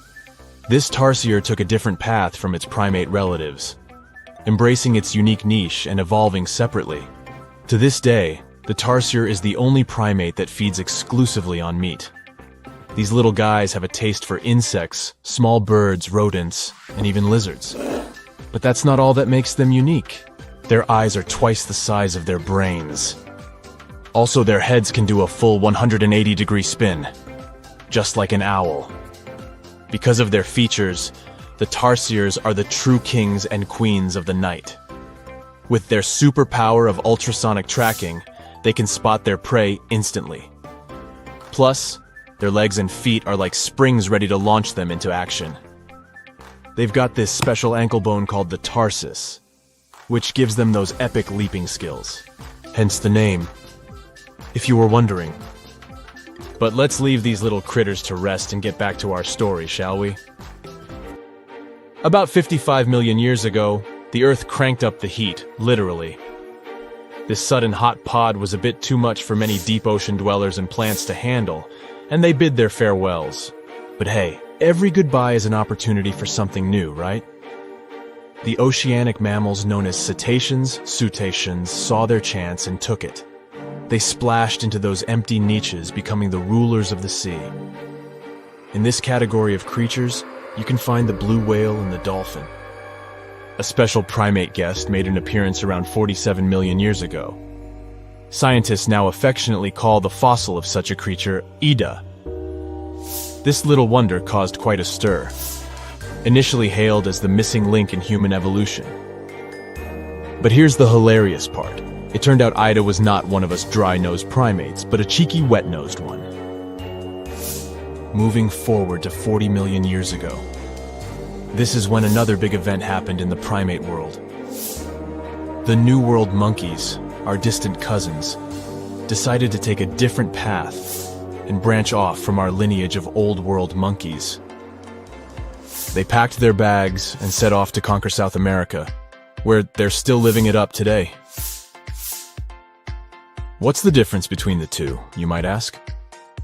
Well, one crucial thing that sets them apart is the fact that the Old World monkeys had nostrils that pointed downwards. Around 25 million years ago, another troop of apes entered the scene, and these guys had something special, the lack of a tail. These unique creatures would go on to become our closest relatives.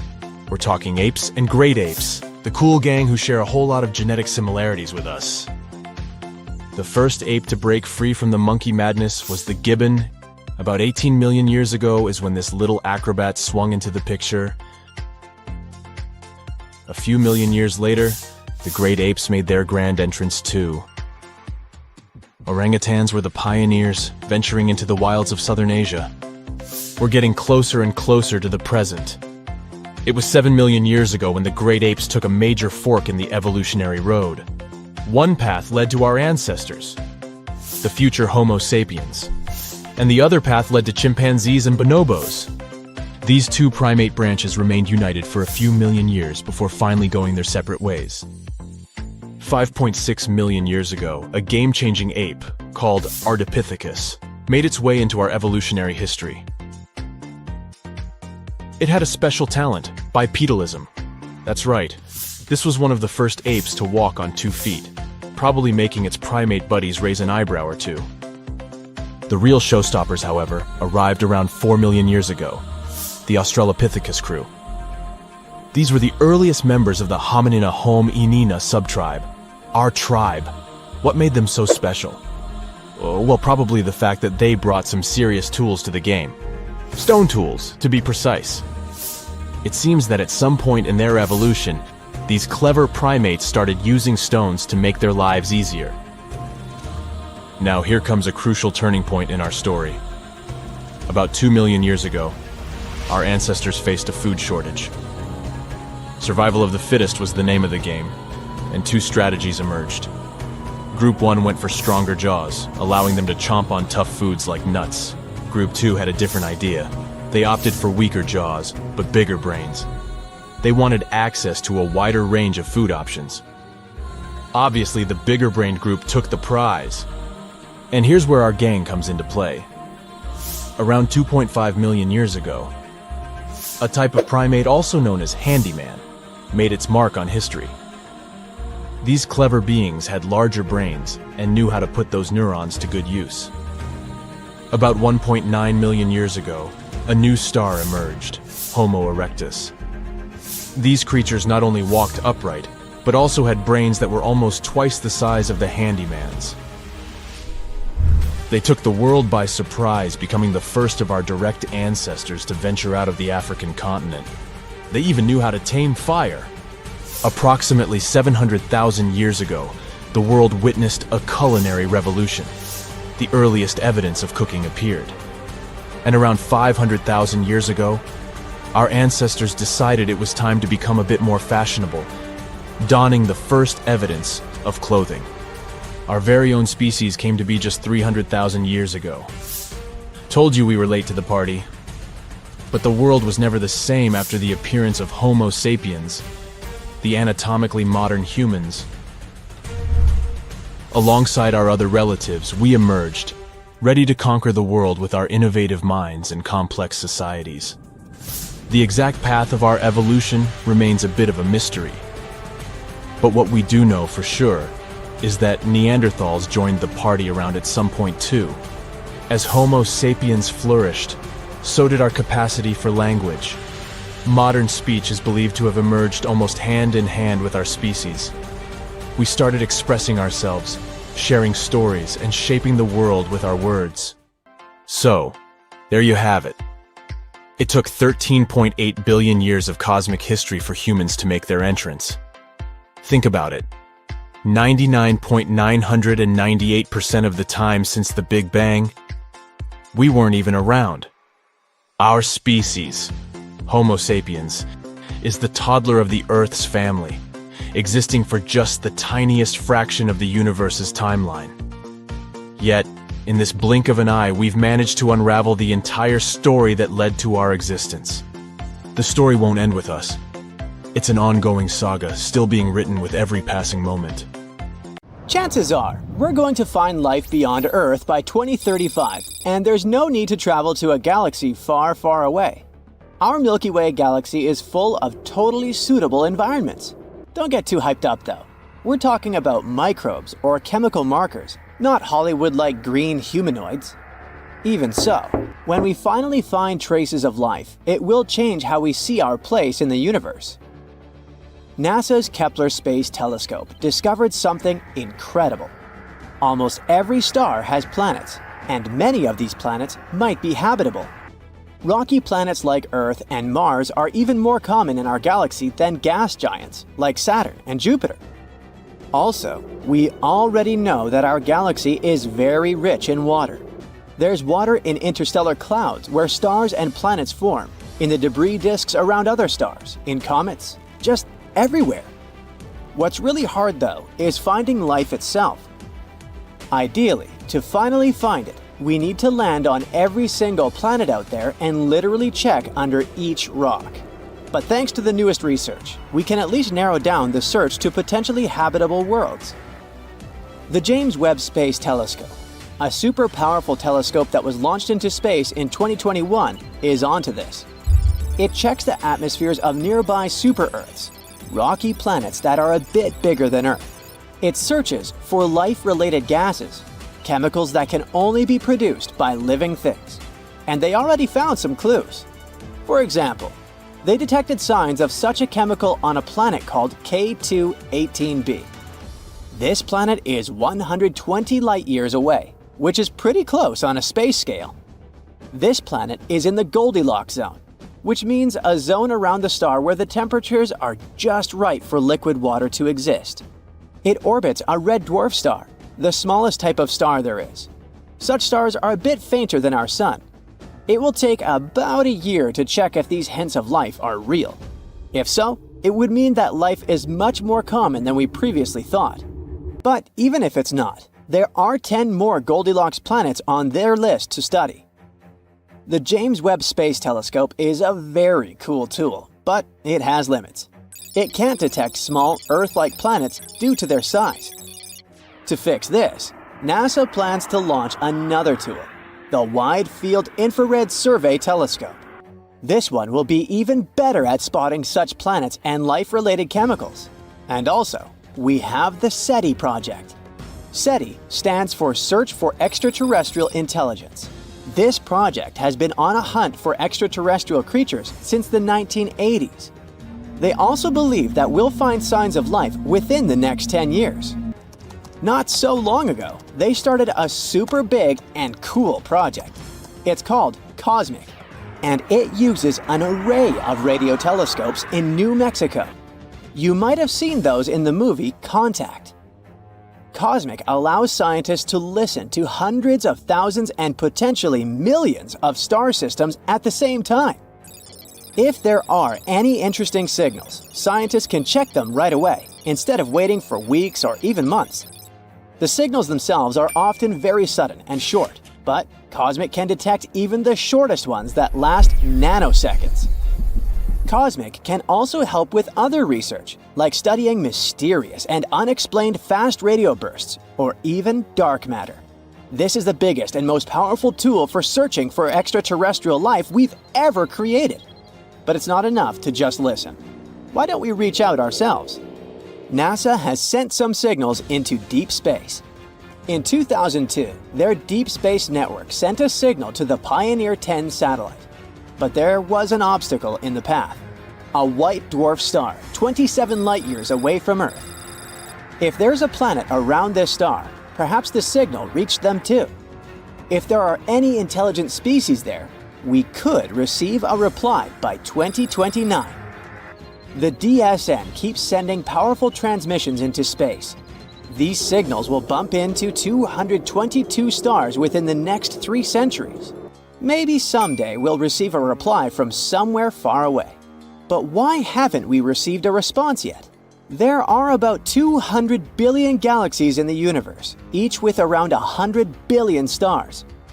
If just 1% of those stars had one planet, that's still 200 quintillion possible planets. And we can narrow it down even further. If the chance of them having life is 1 in a trillion, that would still leave us a few 100,000 planets. So, where is everyone? This is a famous question known as the Fermi paradox. The first possibility isn't that terrifying. It's possible that the universe is full of life. But this life isn't intelligent in our traditional sense. Some planets might have microbes, birds, or space dinosaurs. This is called the Great Filter Theory. It suggests that there are certain filters that life has to overcome in order to become intelligent, and maybe other species just haven't overcome them yet. Think about it. Life on Earth started in the ocean, then crawled onto land, diversified into many forms, went extinct in massive events 5 times, evolved again, and eventually led to humans. We built societies, developed healthcare, and only then started searching for another life. There's another idea called the Gaian bottleneck hypothesis, which suggests basically the same thing. While it might not be too hard for basic life to start, it's incredibly tough for that life to survive and thrive over long periods. Venus might have had oceans and Earth-like conditions too, but something went wrong. Its oceans boiled away because of a runaway greenhouse effect. Now it's sterile. Mars also had liquid water on its surface once, and both the Moon and Mercury had thick atmospheres for a short time. Meanwhile, Earth has had liquid water on its surface for almost its entire existence. It's super rare and remarkable for a planet to hold temperatures from 32 to 212 degrees Fahrenheit for millions of years. So, maybe it's a mistake to look for intelligent life, especially the one that uses the same technology as we do. It evolved under completely different conditions after all. That's also where the so-called Drake equation comes in. It's a formula that gives us a chance to calculate the potential of life becoming intelligent on a planet. To calculate the result, we need to know several variables: how many stars there are, how many of them have planets, the chance of these planets having life, and so on. Unfortunately, we don't know these numbers yet, and the result might be insignificant. But let's assume that there is at least one other intelligent species. Why haven't we met yet? There might be many reasons. Maybe they don't think we're interesting enough, or maybe the problem is with us. Perhaps we keep missing their signals, or maybe we miss the entire species itself. The universe is insanely huge and ancient. It's over 14 billion years old.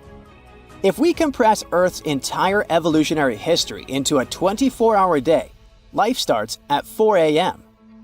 Dinosaurs go extinct at 11:40 p.m. Human-like creatures appear 2 minutes before midnight. In this analogy, humans have existed for just 77 seconds, and our technology capable of detecting extraterrestrial life is even newer, less than a second. With such vast distances and time spans, the chances of us existing at the same time as other civilizations are slim. If their civilization lasted only a few millennia, we could easily miss them entirely. But that doesn't mean we should give up our search. Scientists were worried that Earth's radio signals had dimmed over time.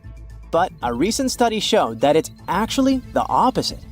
The numbers of our satellites keeps growing, and this makes our planet more detectable.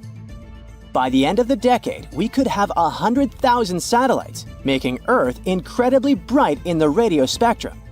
If there is an advanced civilization out there, they will easily spot us even from very far distances.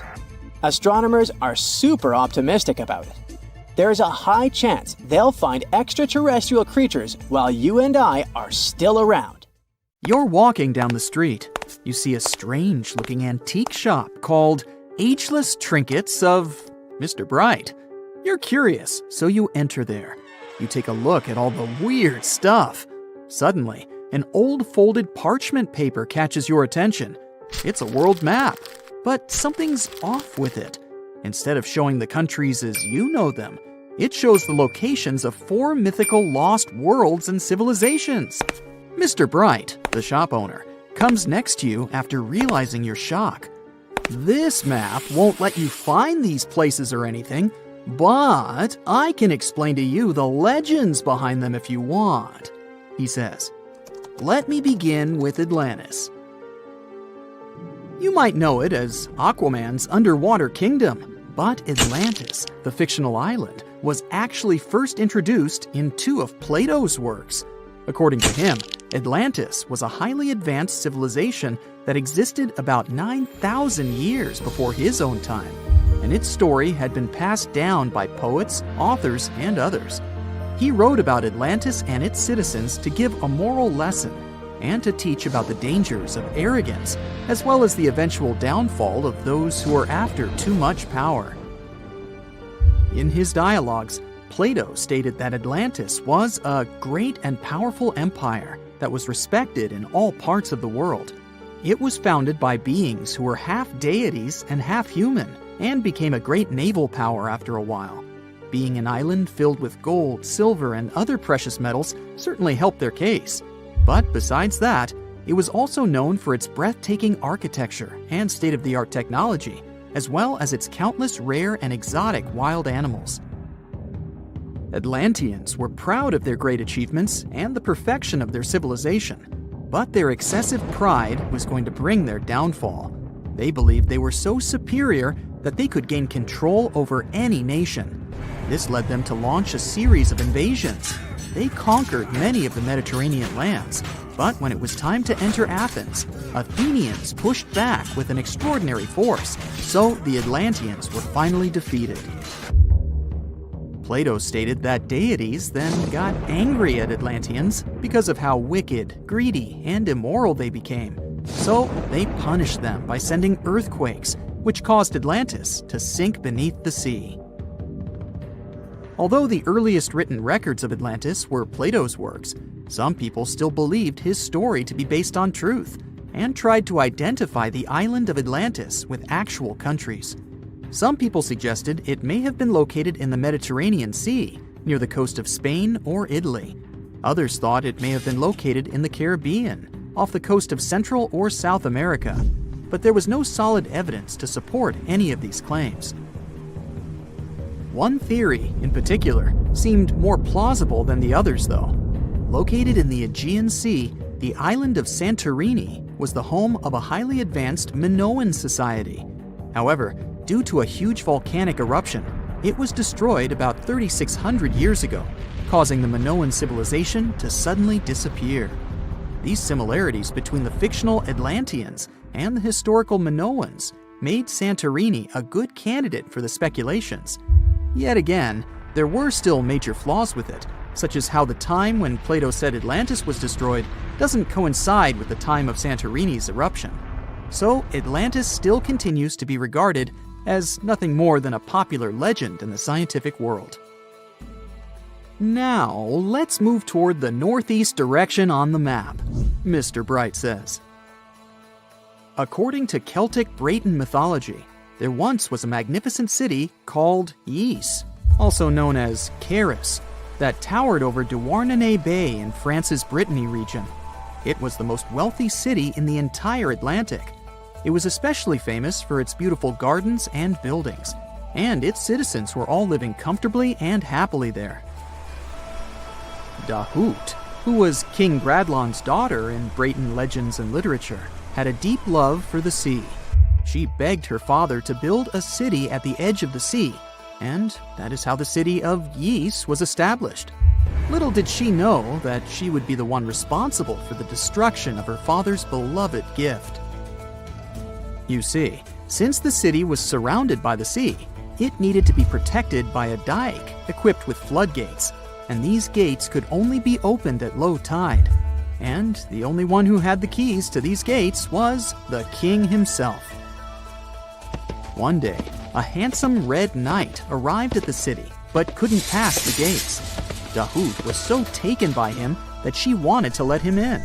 She knew that her father was the keeper of the only key to the city, so she sneaked into his room and stole it from him.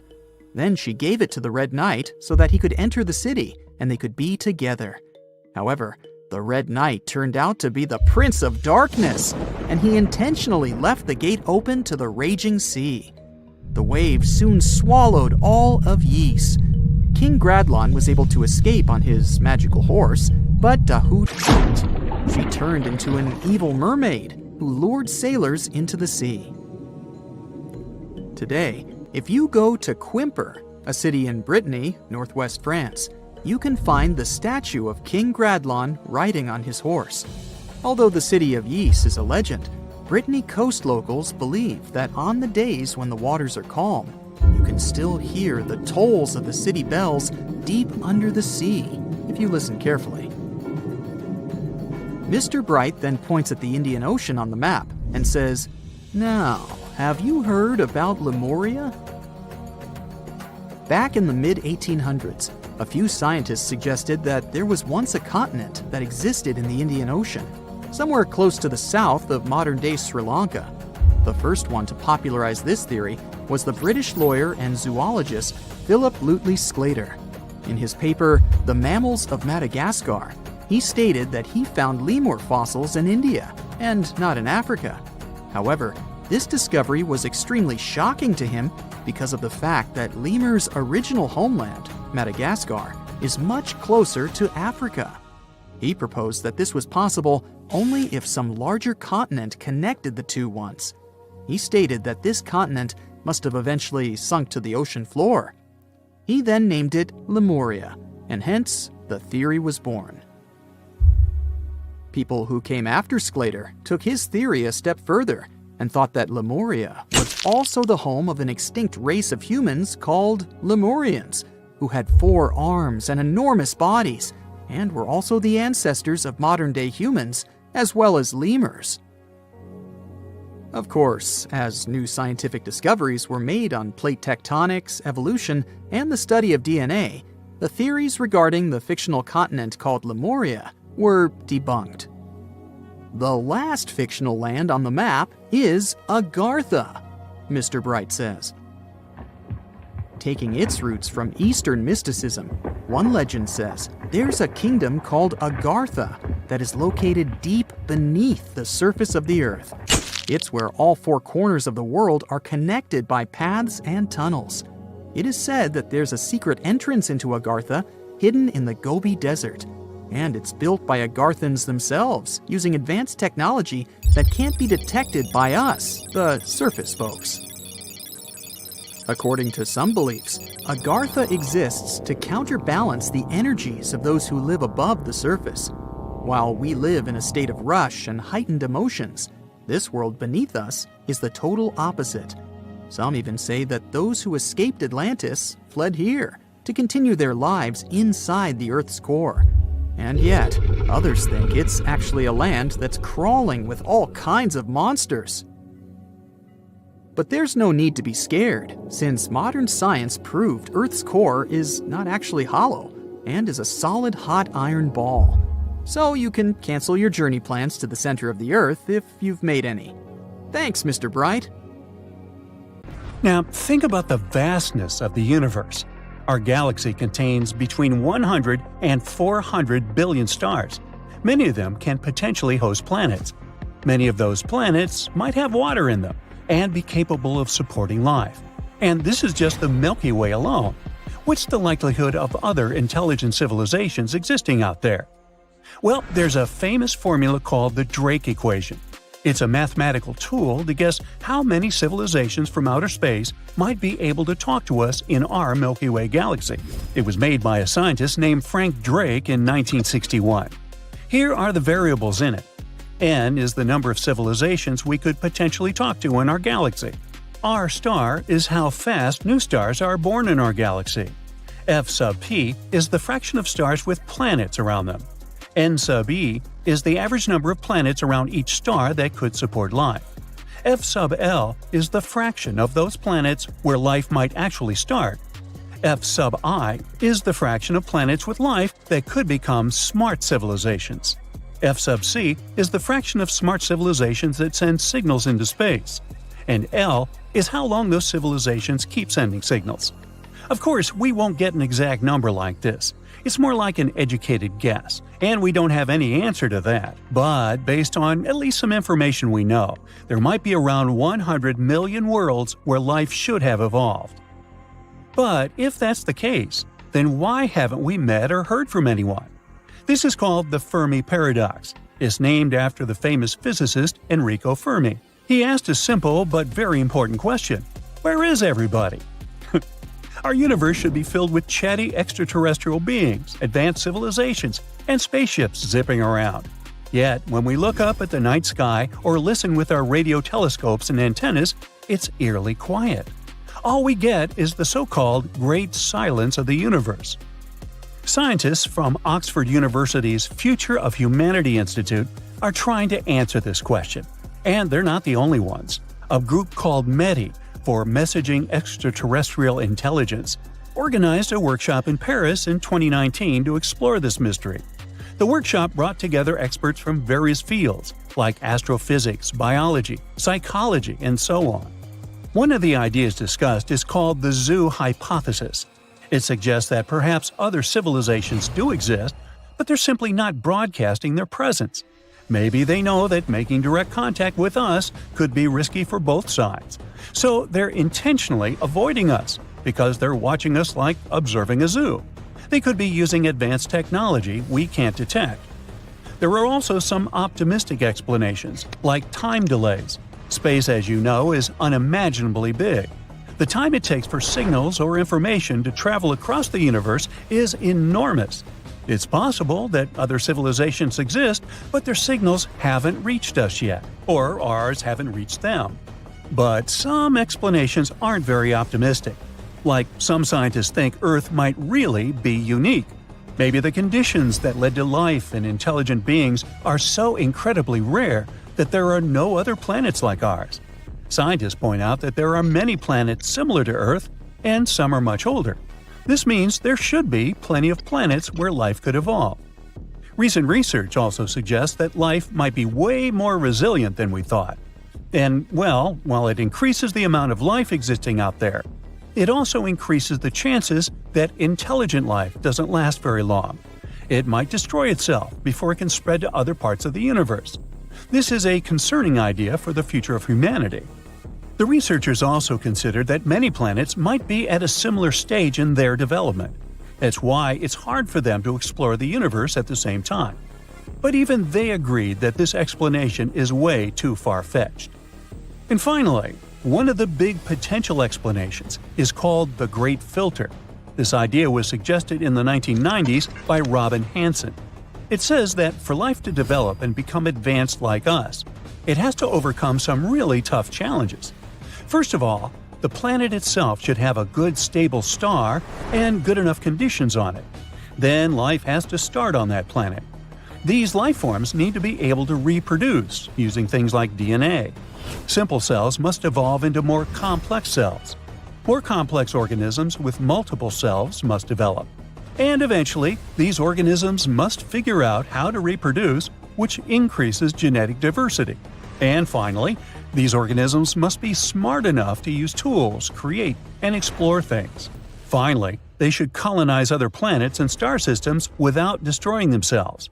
And maybe one of these stages is so incredibly hard that most civilizations don't make it past that point. This challenge could be something like developing intelligence in the first place, or it might be the struggle to avoid self-destruction. So, perhaps life isn't rare at all, but most of it doesn't go beyond simple tiny organisms like bacteria. Even if the universe is full of bacteria, they don't become advanced enough to build spaceships. The Great Filter might also be something from outside, like a huge asteroid crashing into a planet, a dangerous burst of gamma rays, or a massive star going supernova. These events could destroy life on any planet, no matter how advanced they are. So, if we've already passed this challenge, it means we could be the only ones in the universe and we can explore it. But if we suddenly hear from a super advanced civilization, it could mean the hard part of the challenge is still ahead of us. Now, the Fermi paradox focuses on intelligent civilizations. It just implies that there should be civilizations more advanced than us, or at least as intelligent as us. But if you think about it, why should extraterrestrial life be similar to ours at all? It might be completely different for many important reasons. Life elsewhere might have developed under completely unique conditions. This could lead to forms of intelligence and consciousness very unlike our own. For example, it could have evolved into highly advanced forms that aren't based on biology as we know it. These beings could exist as energy-based entities, silicon-based life forms, or even as a hive mind. And because they have evolved completely differently, they may be capable of things that we aren't capable of. For example, we can't see the entire light spectrum. Our eyes also can't perceive cool things like dark matter. But who knows what the vision of extraterrestrial beings may be capable of? Their abilities might even extend beyond our three-dimensional perception. They might be able to perceive and interact with higher dimensions, which is why they could have unique, interesting insights into the nature of our world. Or maybe they've learned to think outside of time, like in the movie Arrival.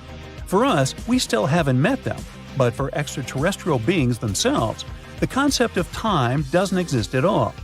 They're simultaneously in the past, present, and future. For humans, something like this is hard to even imagine. Plus, even on Earth, we don't fully grasp how consciousness works or why it exists. We're not even sure when exactly we became conscious. So even if we do encounter extraterrestrial life, it will be hard for us to understand them or communicate with them. We think that they might have entirely different language systems, symbols, and so on, but they might not even have any communication systems at all. As you can see, the possibilities are endless. Evolution is a process that can go in many different directions. It's possible that extraterrestrial life developed in ways we can't easily understand or even imagine. These things are intriguing to think about. There are still no easy answers. The Fermi paradox remains one of the most exciting and mystery questions in science. Scientists continue to explore these mysteries through a multidisciplinary approach. They're hoping to find clues that could lead to breakthroughs in our understanding of alien intelligence. And until we find a definitive answer, we can keep sparking our curiosity and imagination. There you are, trekking across a desert on foot. It's hot, you're terribly thirsty, and now you gotta walk around this stupid wall. Wait, a wall in the middle of a sandy, lifeless nowhere? Exactly, a wall in the northern Saudi desert. Archaeologists have just made a super exciting discovery, and what they found was not just a single wall.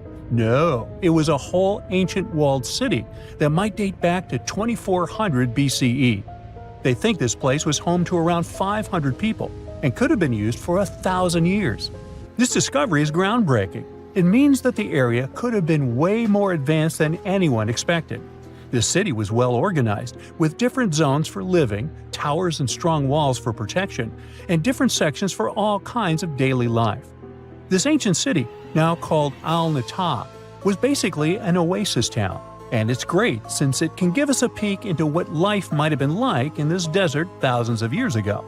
Apparently, they had clearly separated areas, like residential sections, a cemetery, farmland, and even a town center. This oasis city, found in the Khaybar area, is the first big organized settlement from the 2nd or 3rd millennium BCE that researchers have uncovered in northwestern Arabia. The first surveys show that this town, which covered about 6 acres, had several districts, including the residential area, the cemetery, and the legal one, with courts. The houses were set up in neat rows, all connected by small roads. Those streets kept the residential area separate from the rest of the town. Back then, most people in this region were nomadic herders, always moving around. But archaeologists have been sure that during the Bronze Age, northwest Arabia had small walled towns and oasis centers scattered across it. These connected oasis towns were unique, offering secure places for people to live, store goods, and trade. They started showing the beginnings of urban planning, which hints that people of that time were already starting to settle down and organize communities more seriously. The research team estimated that there were about 50 homes in Al-Natab, but that number could go up to 70 as they keep digging. They think that a few hundred people lived there, and probably one of the coolest things is that some houses went up to 3 stories tall. Built on a slope near a couple of major trade routes, this city was set up in a prime spot. Now, one of the most impressive things about this place is its water supply. The oasis had springs and aquifers, which are underground water sources, and such conditions were perfect for farming. Those water sources meant residents could grow their own food, making the town self-sufficient. The outer walls probably helped control who could enter the town and get access to its resources. This settled way of life was an impressive shift from nomadic living to a more agro-pastoral lifestyle, which means a mix of farming and herding animals. Another find that supports this theory is a bunch of tools, like grinding stones, mortars, and pestles, discovered inside the town. People there must have ground grains and prepared food. They had a diet of cereals, meat, and milk from animals they raised themselves. These astonishing findings show that the inhabitants of the town could easily feed themselves and were surprisingly advanced for that time. Thanks to better access to Saudi Arabia in the past couple of decades, archaeologists now have a much clearer picture of what life there was like thousands of years ago. The most exciting thing is that Al-Nata might have been part of a whole network of similar fortified oasis towns spread across the region, and all of these connected sites could show us how trade routes and small settlements worked together at that time in that arid area. Now, at the same time, this recent discovery isn't the only one that has the scientific world buzzing with excitement. How about we visit Egypt and see for ourselves? After all, archaeologists have just found a stash of ancient Egyptian and Greek treasure underwater. They were exploring the lost city of Thonis Heraklion off the coast of Egypt, which sank more than 1,000 years ago. This city was legendary, and nobody even knew where it was until it was rediscovered in 2000. Now they're uncovering more and more, and on this dive, they found a pile of gold and silver treasures. Those were probably used in rituals to bless Egyptian pharaohs when they took the throne. The researchers even found an ancient Greek temple dedicated to Aphrodite and some super-old Greek weapons. Frank Gaudio, the lead archaeologist, said it was astonishing that those delicate objects had survived the disaster that brought the city down. Back in its prime, Thonis Heraklion was one of the biggest port cities in the Mediterranean. It was a huge center of social life and was the main entry point for ships from Greece coming into Egypt. But tragically, due to rising waters, earthquakes, and a catastrophic tidal wave, the soil underneath the city literally turned into mush, and then the entire city sank into the Mediterranean. It was forgotten until Gaudio's team found it in 2000. Since then, they've been uncovering new parts of the city and piecing together its history little by little. If a lost underwater city doesn't seem impressive enough, we can travel to the Amazon. The discovery made there is truly mind-boggling. For centuries, people have talked about lost cities deep in the Amazon, like El Dorado, that mythical city of gold that lured Spanish explorers into the jungle. A lot of them never came back. Then, in the 1900s, a British explorer named Percy Fawcett went searching for what he called the lost city of Z, and he too disappeared. But now, finally, scientists have actually found proof that those lost cities in the Amazon were real all along. A team of scientists use a tech called LiDAR, which basically allows you to see through thick jungle from above by bouncing light beams off the ground. They flew over the jungle in Bolivia in a helicopter about 650 feet up and mapped out those hidden ancient cities. What they found were ruins of a huge urban settlement built by the Kasarabi people who lived there from 500 to 1400 CE. And it wasn't just a couple of buildings here and there. No, the LiDAR maps revealed massive urban centers, pyramids, platforms, roads, canals, and causeways, all carefully laid out. Turns out the Amazon wasn't just an untouched jungle. It was once home to big, complex cities. A scientist from the German Archaeological Institute explained that Europeans had long ignored the possibility of ancient Amazonian cities, but the LiDAR maps showed they were wrong. The new maps have revealed 26 sites, including 11 that no one even knew existed. Researchers have discovered two main city sites, Landivar and Kotoka. They had massive moat causeways stretching out like spokes on a wheel, linking the main cities with smaller surrounding settlements. Some of the canals even connected the cities to rivers and a big lake, which allowed water to flow through the area. Over the years, scientists found scattered ruins all over this region, but the thick jungle made it nearly impossible to connect the dots and see if or how they were related. With LiDAR, the whole layout came to life, showing that those sites were part of a much larger organized urban system. It's now also clear that the sites had a greater meaning, since everything is lined up in a way that could be symbolic of the spiritual beliefs of the inhabitants. The Kasarabi culture isn't as famous as the Maya, but they had a thriving society in an area that faced huge challenges, like yearly flooding. And although the nearby Andes had their own monumental sites, the Kasarabi were doing something absolutely unique. They even had reservoirs to store water, which suggests they might have been dealing with occasional droughts, which is pretty unusual for the Amazon.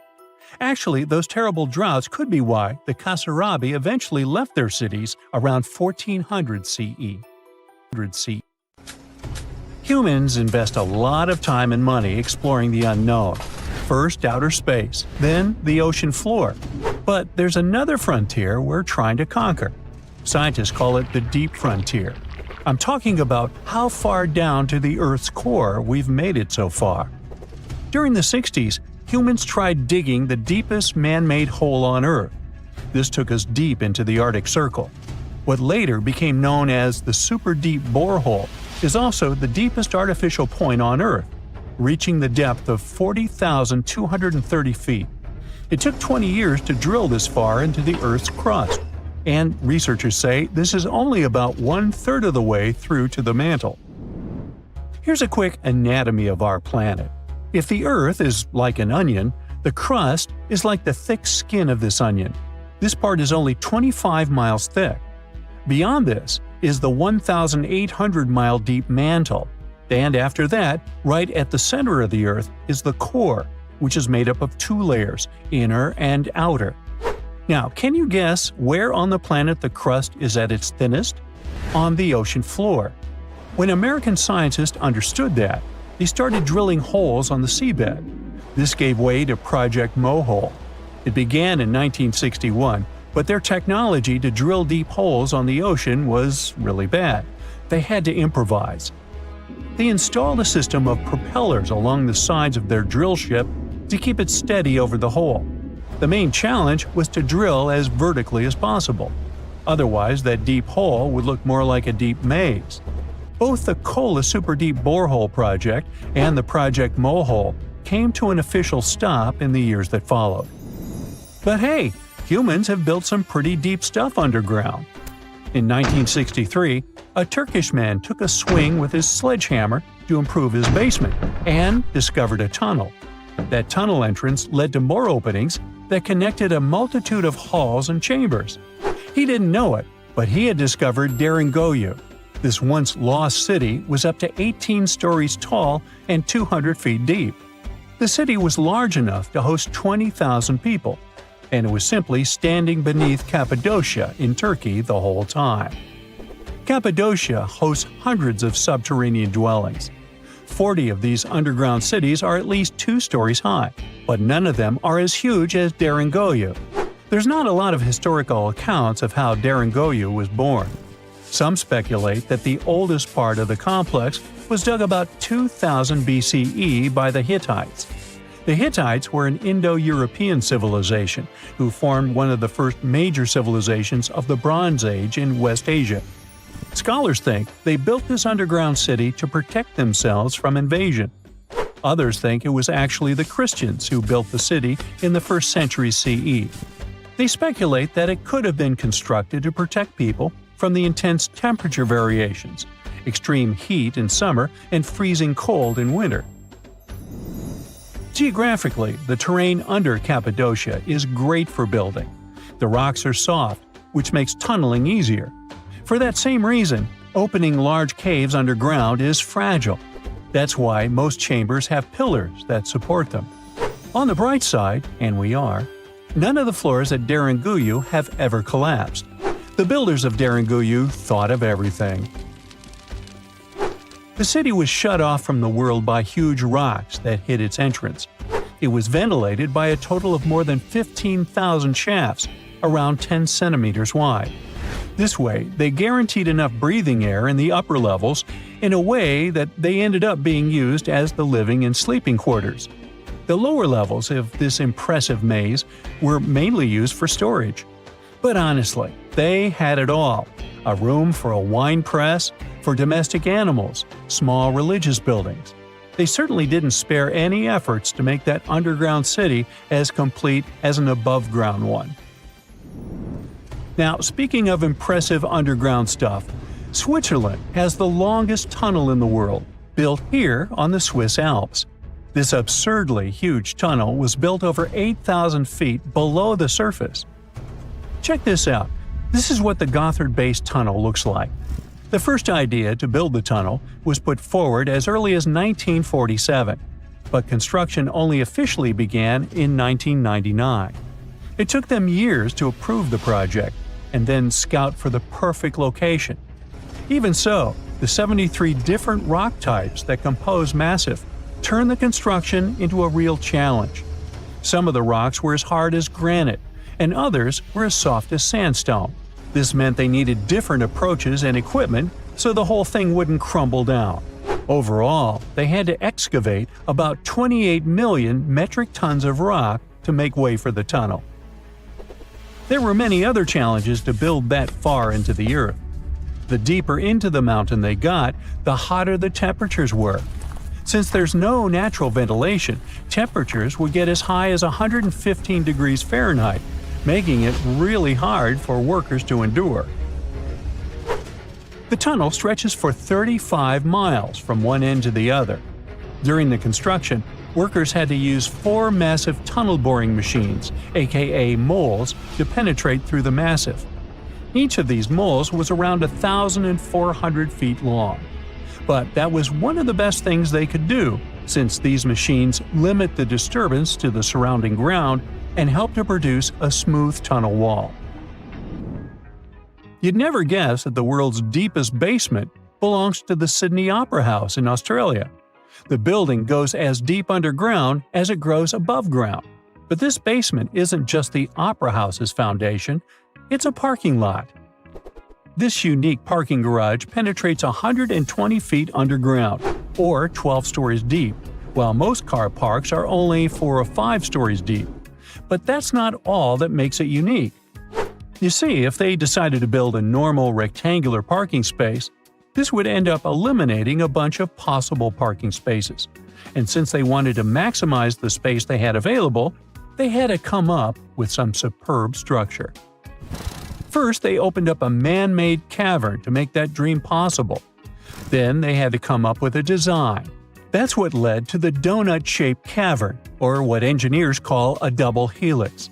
This design shocked the engineering community for its innovative approach. But hey, it worked!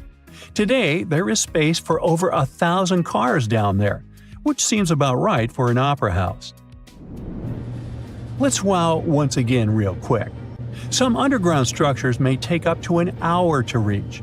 Take this gold mine in South Africa that lies around 2.5 miles below the surface. Yeah, you may think, hey, it's just a couple of miles, why does it take an hour to get there?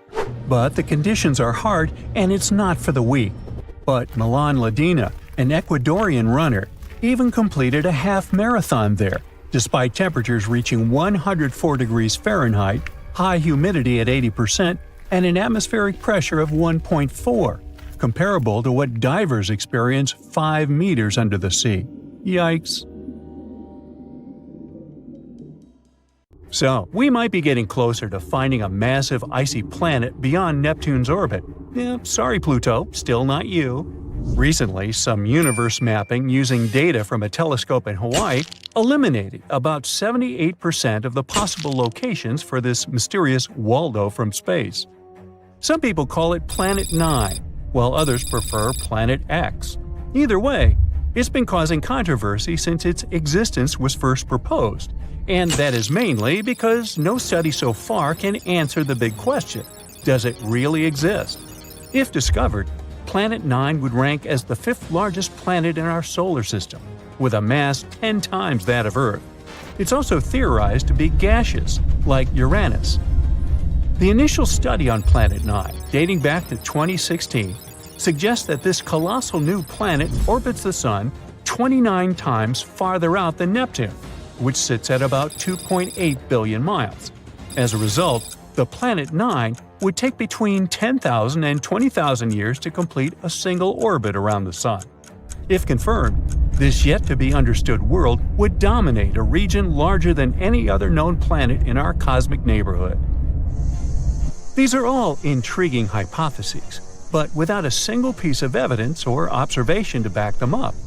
Before dismissing this as a wild guess, it is important to note that these researchers relied on complex mathematical modeling and computer simulations to speculate about the planet's characteristics, because that's what they do. The hypothetical presence of this planet would explain various mysterious features located beyond Neptune. We are specifically talking about the Kuiper Belt, a huge donut-shaped region filled with icy debris left over from the formation of the solar system, including comets and dwarf planets like Pluto. What happens is that the 6 farthest objects in the Kuiper Belt exhibit elliptical orbits that are all oriented in a similar direction within physical space and tilted approximately 30 degrees downward relative to the orbital plane of our 8 known planets. What's strange here is that, despite their distinct orbital velocities around the solar system, they maintain this alignment. The likelihood of such alignment occurring randomly is extremely low, around 0.007%. So, here comes Planet 9, a hypothetical massive celestial body that offers a plausible explanation for this strange phenomenon, potentially exerting gravitational influence to shape these orbits. The initial theory didn't hold up for long, facing accusations of observational bias and calculation errors. Then, in 2017, another study popped up, sparking back the idea that maybe Planet 9 is out there after all. This time, Spanish astronomers tried a novel approach, focusing on observing extreme trans-Neptunian objects. These celestial bodies orbit the Sun in highly stretched elliptical paths, with average distances exceeding 13 billion miles. The research suggests that the distances between these objects' nodes and the Sun might provide clues to Planet 9's location. You see, these nodes are the points where a celestial body's orbit intersects the solar system's plane.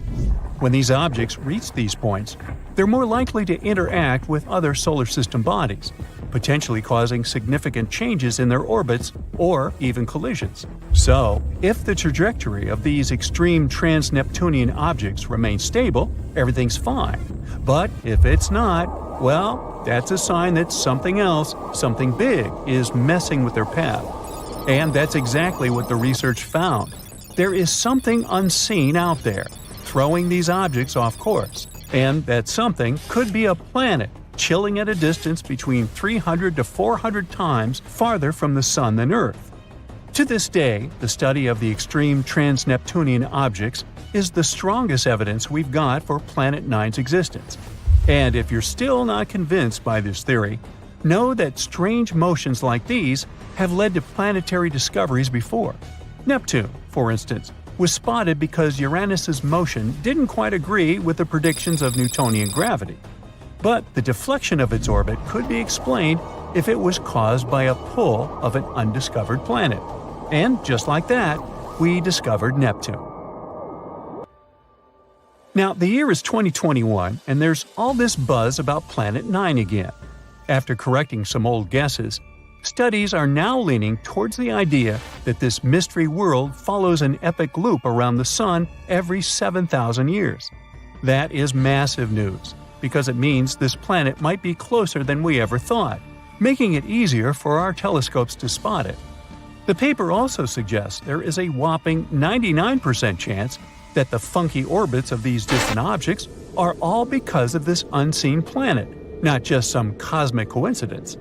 Now, the odds of this whole situation being a fluke are down to a 1 in 250 chance, which is much better than the 1 in 10,000 chance back in 2016. All these optimistic numbers have brought us to where we are today, keeping our hopes and working on better equipment to continue the mission of spotting Planet 9. As mentioned earlier, researchers in Hawaii created some kind of treasure map utilizing the Panoramic Survey Telescope and Rapid Response System to eliminate 78% of its locations.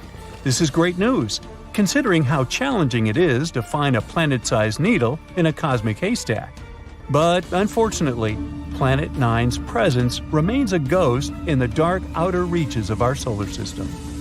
Enthusiasts are still convinced of its existence and believe it is only a matter of time before we celebrate the discovery of Earth's new cosmic cousin. They're putting their hopes on the Vera C. Rubin Observatory, which is currently under construction in Chile and is scheduled to begin science operations in late 2025. Over the course of 10 years, this observatory will scan the entire southern hemisphere sky every few nights with a 27-foot, fast-moving telescope equipped with the largest digital camera in the world. The idea is to catalog everything in the solar system, reaching out to and beyond Neptune, and tracking the movements of millions of celestial objects, including space junk, asteroids, comets, and stars. If Planet 9 is indeed out there, this next-generation telescope could be the one to find it. The existence of this mysterious planet is far from being universally accepted in the scientific community. That is simply because Planet 9 isn't the only explanation for the strange phenomenon occurring beyond Neptune. One theory suggests that a group of distant objects, such as dwarf planets, comets, and moons, might be collectively influencing the orbits of the extreme trans-Neptunian objects. Others believe that a black hole is behind all this. These compressed masses are some of the densest objects in the universe, potentially capable of affecting the orbits of other masses, like how this supposed ghost Planet 9 is believed to be doing. Another bold perspective suggests that our current understanding of the laws of gravity is flawed, actually incomplete. This theory, known as modified Newtonian dynamics, proposes that these distant icy objects exhibit strange behavior not due to influence from another planet, but rather because the immense gravitational field of the Milky Way is influencing them. However, even supporters of this theory acknowledge that it is too early to draw firm conclusions, and much more extensive research is still required. While we continue our relentless hunt for Planet 9, some astronomers have taken it a step further, suggesting the existence of a hypothetical Planet 10. This world has a mass and size like that of Mars or Earth and is located on the edges of the Kuiper Belt. But the thing is, if this alleged Planet 10 is indeed as small as scientists believe, it might not have enough gravity to clear its orbit of debris. And that is pretty similar to what happens with Pluto, being one of the reasons why it got into trouble back in 2006. So yeah, it's better not to get too excited. This supposed Planet 10 might end up classified as another dwarf planet. For thousands of years, people knew only about the planets Mercury, Venus, Mars, Jupiter, and Saturn, which they could see using simple telescopes, or even by the naked eye if conditions were good. But in the late 18th century, a famous astronomer named Sir William Herschel discovered a new planet that was icy blue in color. At first, people thought it was a star, but later they realized it was a planet. Today, we know it as Uranus, a planet that's more than 19 times farther away from the Sun than Earth. It's so far away that it takes Uranus 84 years to complete one trip around the Sun. This astronomer also discovered many other interesting things in space, like double stars and nebulae. In the mid-1800s, scientists noticed something pulled Uranus and strangely tugged its orbit. They thought there must be another planet out there, and they used math to predict where it would be. Finally, in 1846, they found Neptune using a telescope. It was too faint to see with the naked eye because it was too far away from the Sun. It was all so exciting. Who knows how many other planets could be there, lurking in the darkness of our solar system? Back in the mid-1800s, astronomers noticed something unusual was happening in the sky. A small rocky planet named Mercury was behaving strangely. It didn't follow the predictable orbit that was expected of it. One of the astronomers was a brilliant French scientist named Urbain Le Verrier. He came up with a theory that there could be another planet in our solar system no one had yet discovered. It would be located somewhere between Mercury and the Sun. This hypothetical planet, which he named Vulcan after the Roman god of fire, would have an incredibly hot surface, and it could be a potential explanation for Mercury's strange behavior. He never surely claimed Vulcan was really the one thing disturbing the orbit of Mercury. But, excited by the possibility of discovering a new planet, astronomers all over the world took the idea of Vulcan. For a planet that didn't exist, people committed to developing ideas and getting information about it. Some scientists didn't think it was likely that they had missed another planet as big as Mercury. It would have been hard not to see it by then. But there was a tiny chance of a smaller planet existing inside Mercury's orbit that was too close to the Sun, so no one could see it. One theory said it was about 13 million miles away from the Sun. Mercury is the planet with the most eccentric orbit in our solar system, but the closest point it gets to the Sun is about 28.5 million miles. This means Vulcan would be under half of that distance. The theory moved on, saying that if Vulcan existed, it would orbit the Sun every 19 days and 18 hours, and its path would be tilted about 12 degrees relative to the path of other planets in our solar system. Vulcan's position at its furthest point from the Sun would still be too close to the Sun to be seen with the naked eye, even during twilight. The only chance of seeing Vulcan would be during a solar eclipse, or when it passed in front of the Sun, which, as the theory said, would be 2 to 4 times a year. They had a theory that this mysterious planet was so close to the Sun that it could only be seen during a total solar eclipse when the moon blocked out the Sun's blinding glare. So, every time there was an eclipse, scientists would peer at the Sun, hoping to catch a glimpse of Vulcan. They were trying really hard, but no matter what, they couldn't find this mysterious planet. Some astronomers claimed to have spotted it during eclipses, but no one could ever confirm or find evidence for that. The theory of Vulcan was left waiting for some better times. Einstein had a different idea. You know about his theory of general relativity, right? That's where he claimed gravity wasn't some sort of natural force, but a result of space-time curved because of the presence of giant space objects, like planets and stars. Planets circle around the Sun in their usual orbit because space-time is curved. That means the planets are kind of falling towards the central star of our solar system. And Einstein tried to explain Mercury's unusual orbit using his own theory of relativity. Unlike the other planets in our solar system, Mercury's orbit wasn't that circular. Instead, it seemed to wobble slightly, as if there was an invisible force pulling it away. Einstein said this could be happening because the massive gravity of our Sun was actually curving the fabric of space-time around it. He claimed it's possible this changed Mercury's orbit a little bit. It took the scientific community a while to test this theory, but it eventually seemed like the most plausible explanation.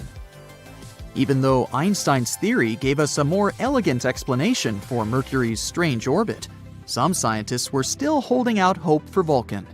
It was especially hard to let go of the idea of Vulcan because Mercury is also the planet that's really hard to see from where we're standing. But later, more and more scientists started accepting Einstein's theory above their imagination, and they would observe a total solar eclipse specifically to test Einstein's theory of relativity, not because of Vulcan. And Vulcan is not the only hypothetical planet everyone was talking about. In the newer age, some believe there could be a mysterious planet lurking in the outer part of our solar system, but this one is more likely to exist. No one has seen it directly yet, but computer simulations show this so-called Planet 9, or Planet X, is probably somewhere there beyond Neptune. Neptune and Planet X could be similar in size. Planet X could be 10 times more massive than Earth and circles around our Sun in an elongated shape, which is on average 20 times farther from the Sun than Neptune. A year there may last between 10,000 to 20,000 Earth years. By comparison, a year on Neptune lasts 165 Earth years. Something this big moving out there beyond Neptune could explain the unusual orbits of smaller objects in the Kuiper Belt. The Kuiper Belt is the area of our solar system beyond Neptune and where it orbits. And there are most likely many asteroids, comets, and some other smaller bodies there, mostly made of ice. There was another hypothetical planet called Nibiru.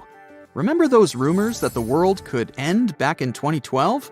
One of the popular scenarios was Nibiru, which some claimed would hit our home planet at the end of the year. Of course, nothing happened. We're still here, all set and good, but the idea of Nibiru seemed interesting. Stories started in the 1970s when a man named Zecharia Sitchin mentioned Nibiru in his book, The 12th Planet, claiming it orbits the Sun every 3,600 years. But there's no chance a planet with such an eccentric orbit wouldn't disrupt other planets in our solar system with its gravity. And if it was really coming that close to Earth in 2012, we were supposed to be able to see it with the naked eye. Some simple calculations showed Nibiru would have been nearly as bright as Mars at its dimmest and brighter than the faintest stars you see from a city. Oh well, maybe we'll have more luck in the next 3,500 and something years. In 2011, a comet named Elenin appeared that many people thought could be Nibiru. But when you're looking at comets and planets through a telescope, you see they appear differently. A comet has a coma, which is a gas atmosphere, together with a tail, something a planet doesn't have. Plus, this comet didn't slam into the Earth. It came too close to our Sun and fell apart. The leftover pieces will continue moving on their way to the outer solar system for the next 12,000 years. Very recently, astronomers have found 3 potential super-Earth planets orbiting a somewhat close orange dwarf star. The term super-Earth is used to describe a planet beyond the solar system with a mass higher than that of Earth but below those of the ice giants of the solar system, Uranus and Neptune. An international team of researchers, led by Dr. Shweta Dalal from the University of Exeter, found that the exoplanets were orbiting star HD 48498, which is located around 55 light-years away from Earth. The planets travel around their star in 7, 38, and 151 Earth days, respectively. The study describing these findings appeared in the journal MinRes on the 24th of June, 2024. The coolest thing here is that the outermost exoplanet candidate orbits in the habitable zone of its host star, and the conditions there might be comfortable enough for liquid water to exist on the surface without boiling or freezing. Such habitable regions around stars are also known as the Goldilocks zone and are believed to be ideal for potentially supporting life. Another reason this discovery is so important is that the orange host star is like our Sun. But since it's an orange dwarf, it produces less radiation than our yellow dwarf star.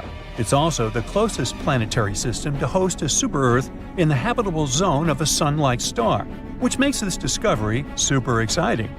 It can help us move forward in our quest to locate habitable planets around solar-type stars. Who knows? Maybe this planet will be our new home one day.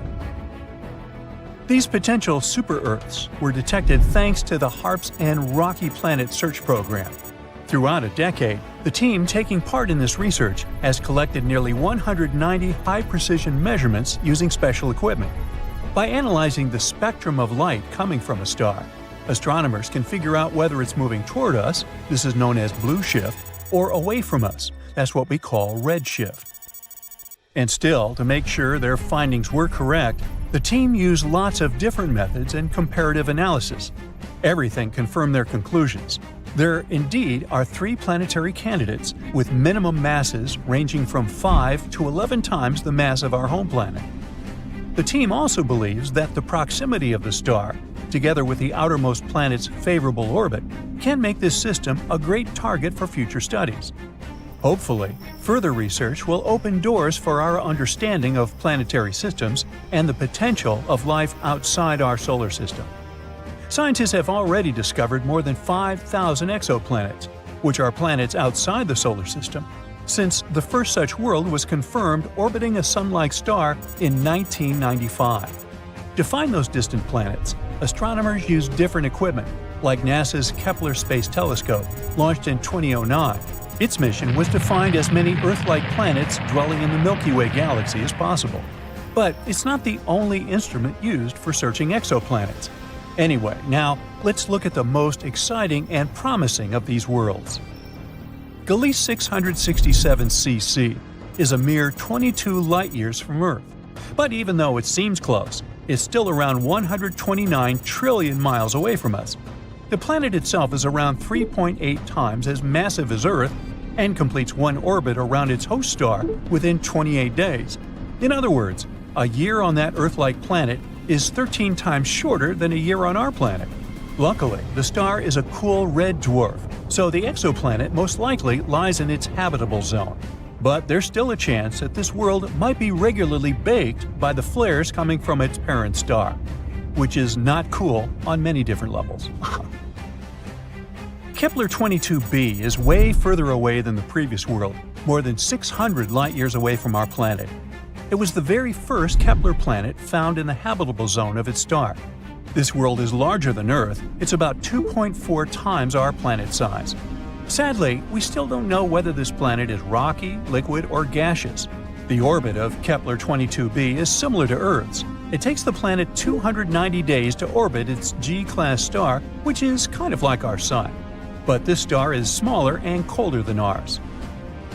Another Kepler planet, this time it's Kepler-69c. It lies a whopping 2,700 light-years away from us. This world is also almost 70% larger than Earth. Researchers know nothing about its composition, but they found out that the planet needs 240 days to complete one orbit. This makes its position in its system like that of Venus in our solar system. At the same time, this world might be more habitable than Venus since its host star is a bit less luminous, 80% of our Sun. TOI 733b is a recently discovered world. It was found in 2023. It's out there, 245 light-years away from Earth, and needs just 4.9 Earth days to complete an orbit around its star. But the coolest thing about this planet is that it might have a massive ocean. According to scientists, the planet is likely to be completely covered with water. Does that mean there could be life on this super-Earth? Time will tell. GJ 1214b is located 48 light-years from Earth. This planet is a super-Earth, almost 3 times bigger in diameter and 8 times heavier than our home.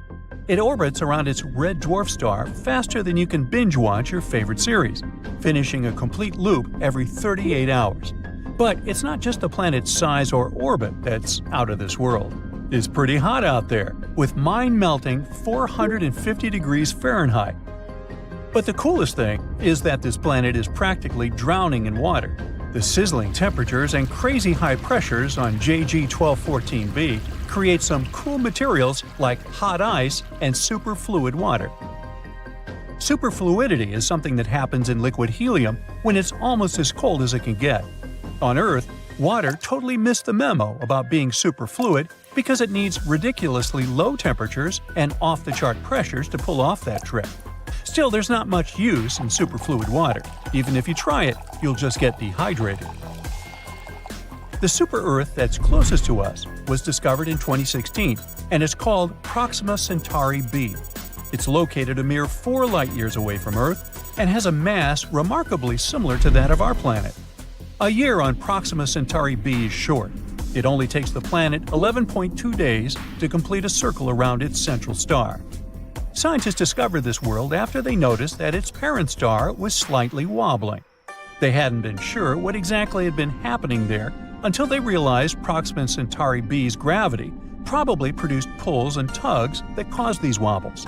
Although the exoplanet is traveling in the habitable zone of its star, Proxima Centauri, it is exposed to extreme ultraviolet radiation, all because it lies very close to its parent star.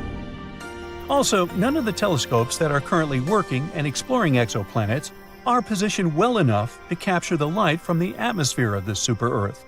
Most things there are still a mystery to us, even though we're talking about a planet that's really close. Super-Earth TOI 715b orbits a red dwarf, a star smaller and cooler than our Sun. At the moment, such stars remain prime candidates for finding habitable planets orbiting them. Those miniature rocky worlds have far closer orbits than those circling around stars like our Sun. But since red dwarfs are small and cool, the planets don't risk anything when crowding closer.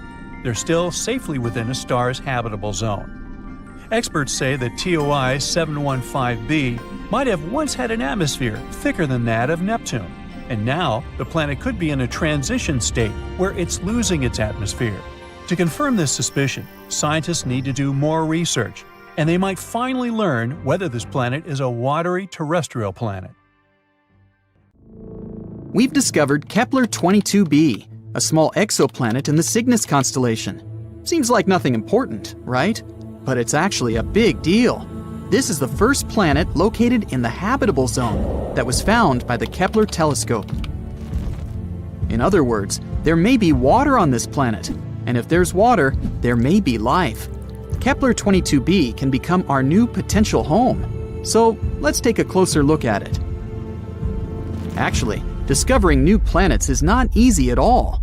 Not all of them can be seen through our super cool telescopes, even the almighty Hubble. Sometimes, the stars are so small and dim that it's really hard to find them on a map. The same thing happened with Kepler-22. In such cases, scientists have to use a special method. First, they take a bunch of photos of the star in different periods of time. Then, they look at them and think, are there any dark dots on this star somewhere? And if they find one, that might be a planet.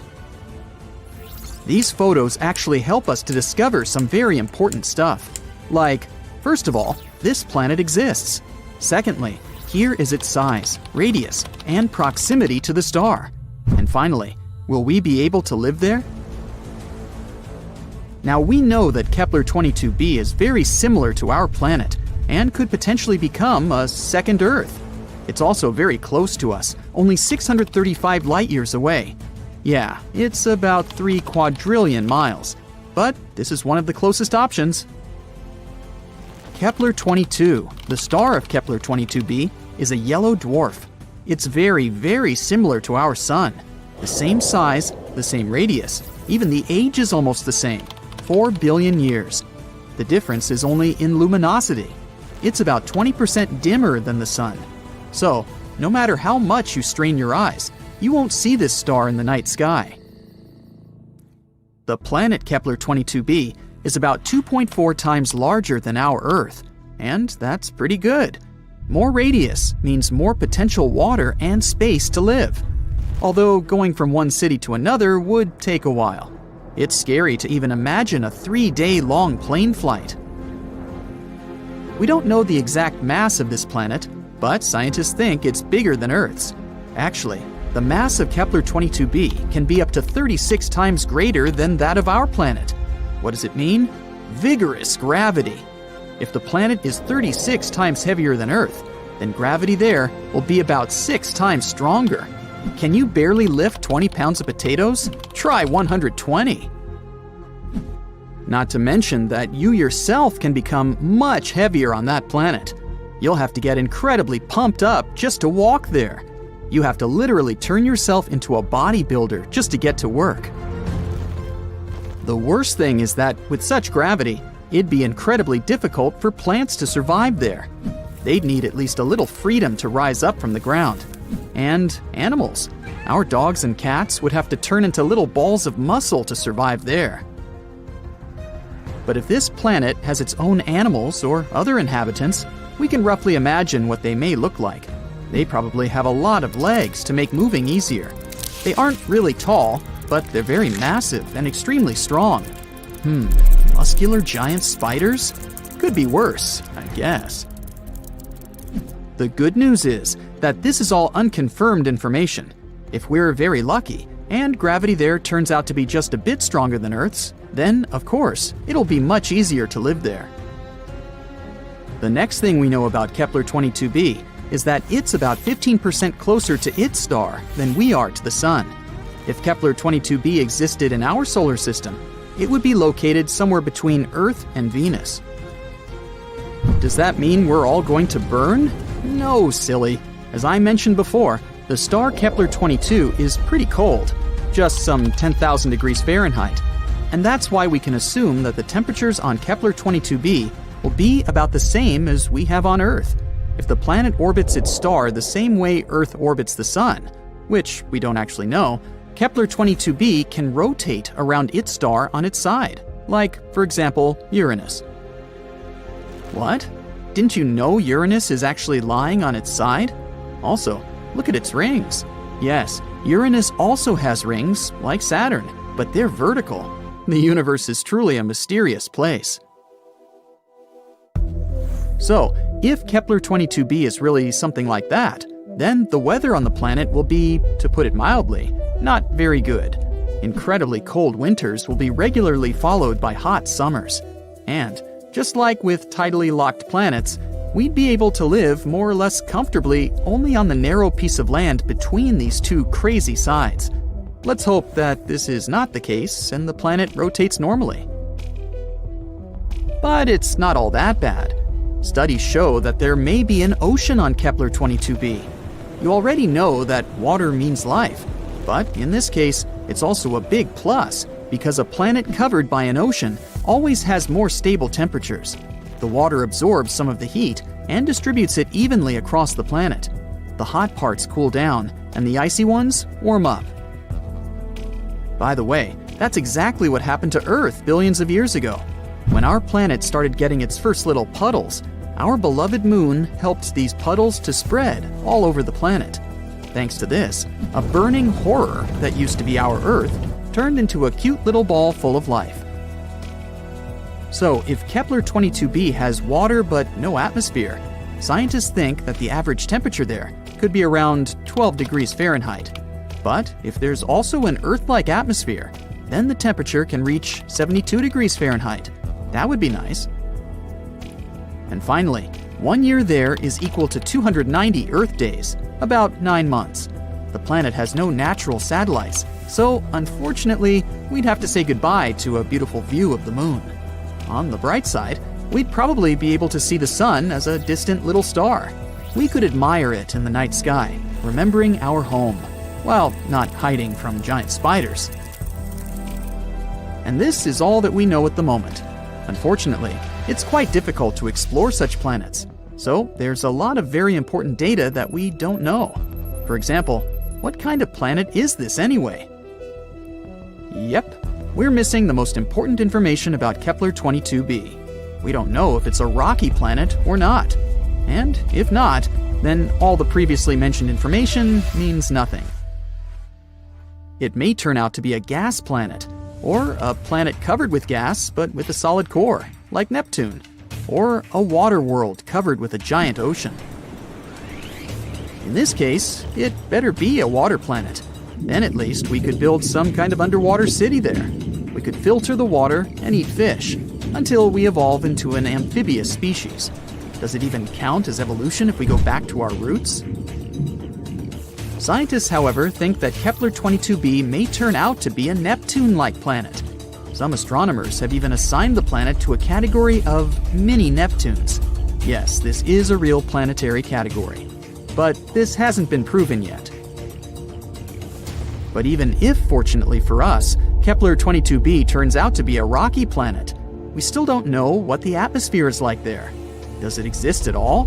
What if it turns out to be something like the atmosphere of Venus, which is more toxic than your ex? Then we'd have to dig deep underground to somehow survive on this planet. And then we'd have to come up with a heat source, because it's pretty cold underground. Yeah, let's hope this won't be the case. There are many possibilities with Kepler-22b. So far, we don't have a clear answer. But let's hope that scientists will find it before we load the first people into shuttles and send them to conquer Kepler-22b. That would be awkward if it turns out to be a gas planet, or something like that. Scientists discovered something Atlantis-like near Australia. There used to be an entire continent that's now underwater. Here's what happened to it. Around 70,000 years ago, during the last ice age, there was a huge landmass called Sahul. It was located in the southwestern Pacific Ocean. This ancient supercontinent connected what we now know as Australia, New Guinea, Tasmania, and the Aru Islands into one giant piece of land. Imagine lush tropical rainforests surrounded by beautiful mountains. Sahul's tallest mountains were in the New Guinea highlands, with peaks reaching over 13,000 feet. This beautiful place was home to a variety of unique animals, most of which were pouched creatures. But back then, they weren't just koalas and kangaroos. Sahul was filled with different types of grazers, burrowers, scavengers, and predators. It was home to a huge diprotodon, a powerful hunter Thiosolio, and a horrifying Megalania, a creature that's much larger than any living lizard today. It was a unique place because the rest of the world was filled with placental animals at the time, like wolves, elephants, and humans. In Sahul, the only normal mammals were bats and rodents. But not all its parts were the same. The Timor, Arafura, and Carpentaria regions were covered by hot savanna and dry forests. It looked kinda like modern Australia, hot air deserts with scrubland, steppe, and temperate forests along the eastern coast. Back then, people were migrating all across the world. They made an incredible journey from Southeast Asia to Sahul and first arrived here from 60 to 45,000 years ago. They mostly traveled by foot and crossed the sea using bamboo rafts and simple boats. They came there from an ancient landmass called Sunda, which includes parts of Southeast Asia. They traveled across a series of islands known as Wallachia and eventually spread across Sahul.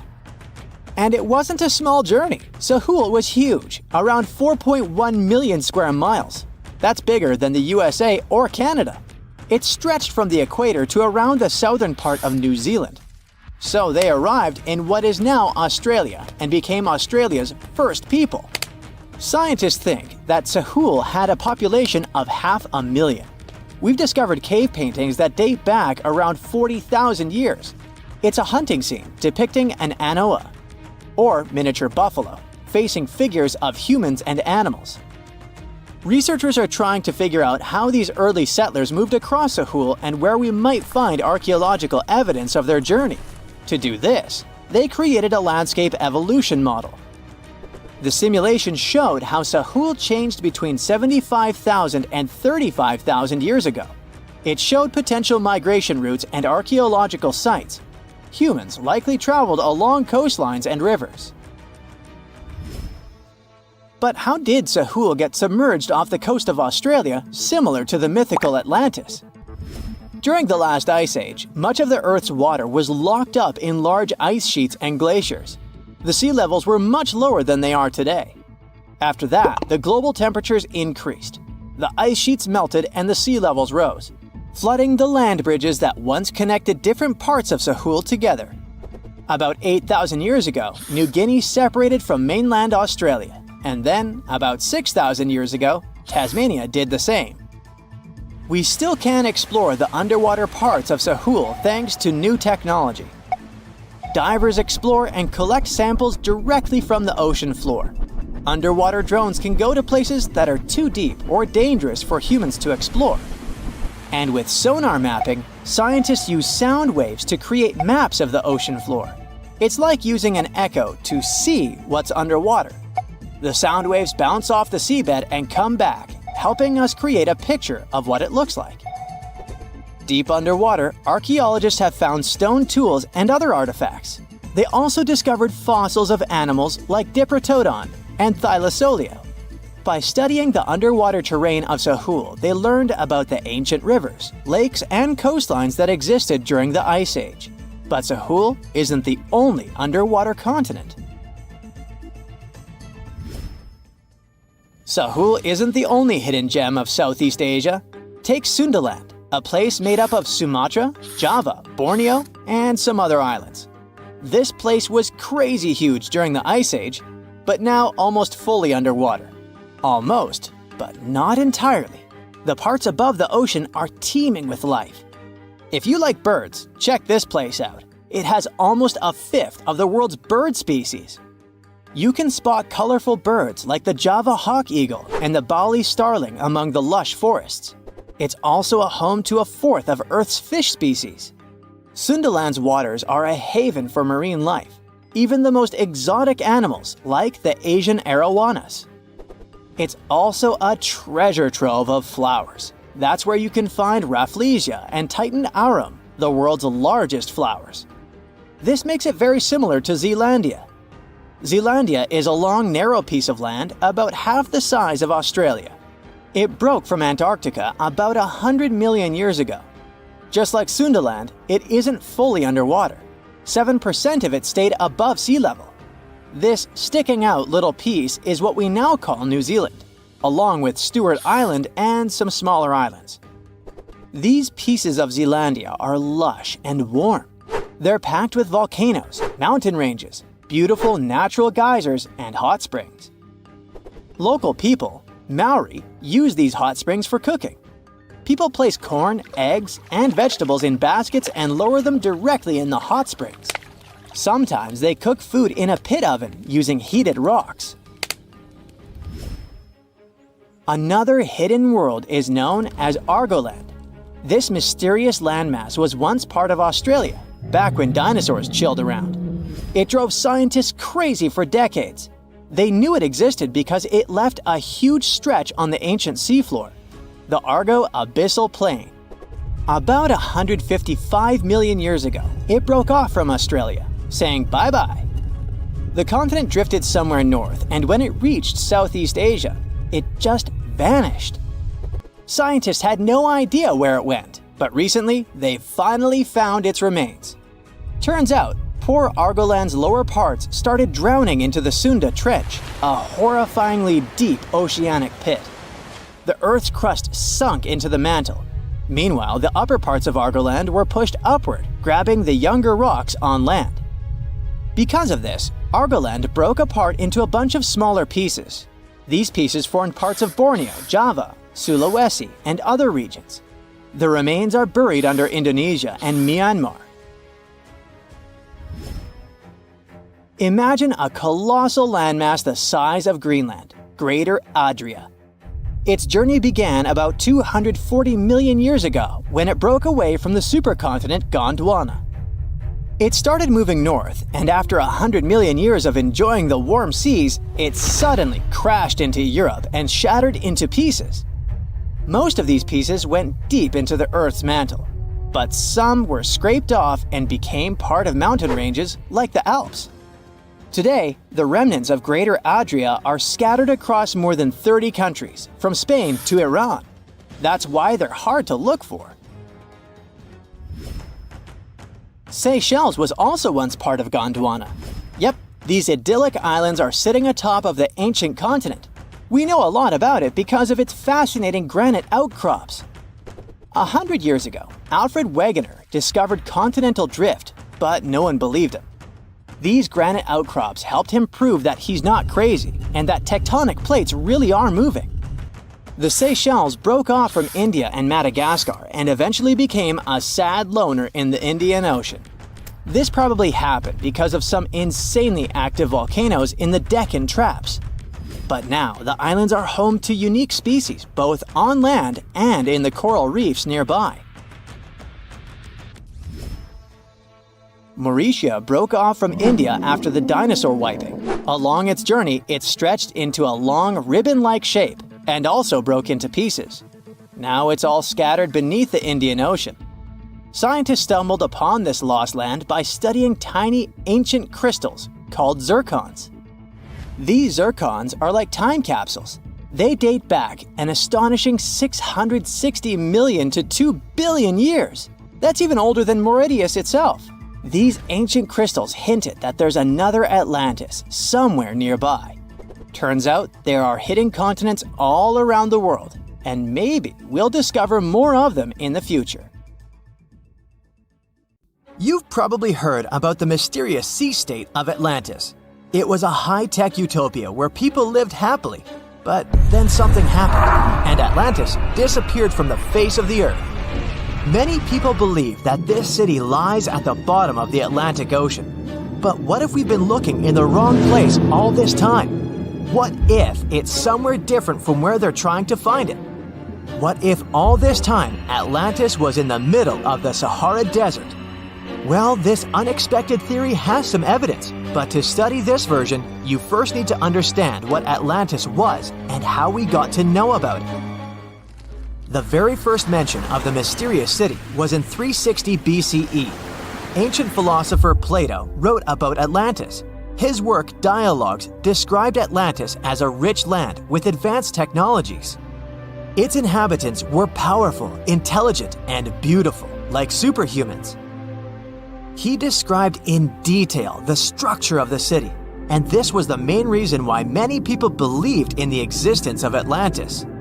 According to his records, the Atlanteans built this place in several concentric circles of black and red stone.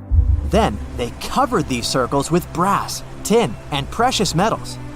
In the city, there were water channels on which ships sailed. The Atlanteans were sailors, so they built a passage from their city to the open sea.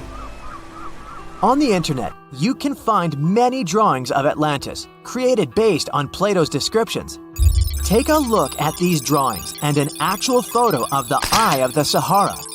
This place in the Sahara has a shape of several concentric circles. It looks as if a destroyed city left a trace on the sand. Many people have written online that the lost city was located there, but no one could prove it. Once upon a time, the Sahara was filled with rivers and lakes. In prehistoric times, there was only water there. So far, everything matches. The Eye of the Sahara was first discovered in the 1930s. This place was considered a crater from a fallen meteorite. But in the middle of the 20th century, scientists conducted a soil analysis and refuted the version with a fallen space rock. In the end, everyone agreed that this was a dome of molten rocks under which magma was raging. For millions of years, wind and water had been destroying the formed landscape and eventually made it look like perfect circles. But what if the Atlanteans once came to this place and used natural circles to build a city? In this case, we would have many traces and artifacts from this developed civilization. And yes, archaeologists did find some arrowheads, spears, oars, and other things there.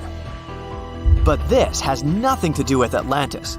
In the Eye of the Sahara, a multitude of Acheulean artifacts lies. It was an ancient tribe that frequented this place. For the first time, Acheulean tools appeared more than 1.5 million years ago.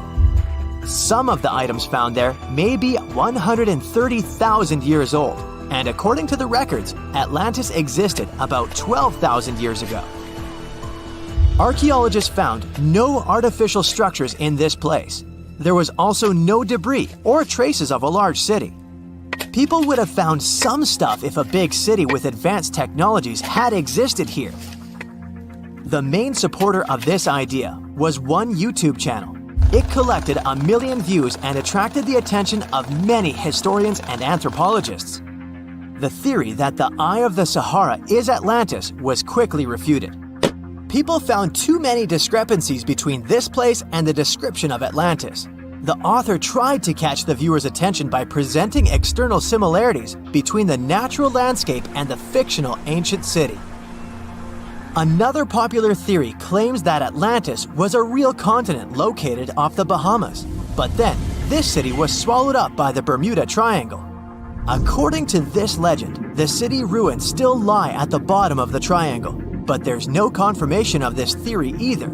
Writer Charles Berlitz invented it. Adherents of this theory claim that the walls and streets in the western part of the Bahamas might be the ruins of Atlantis.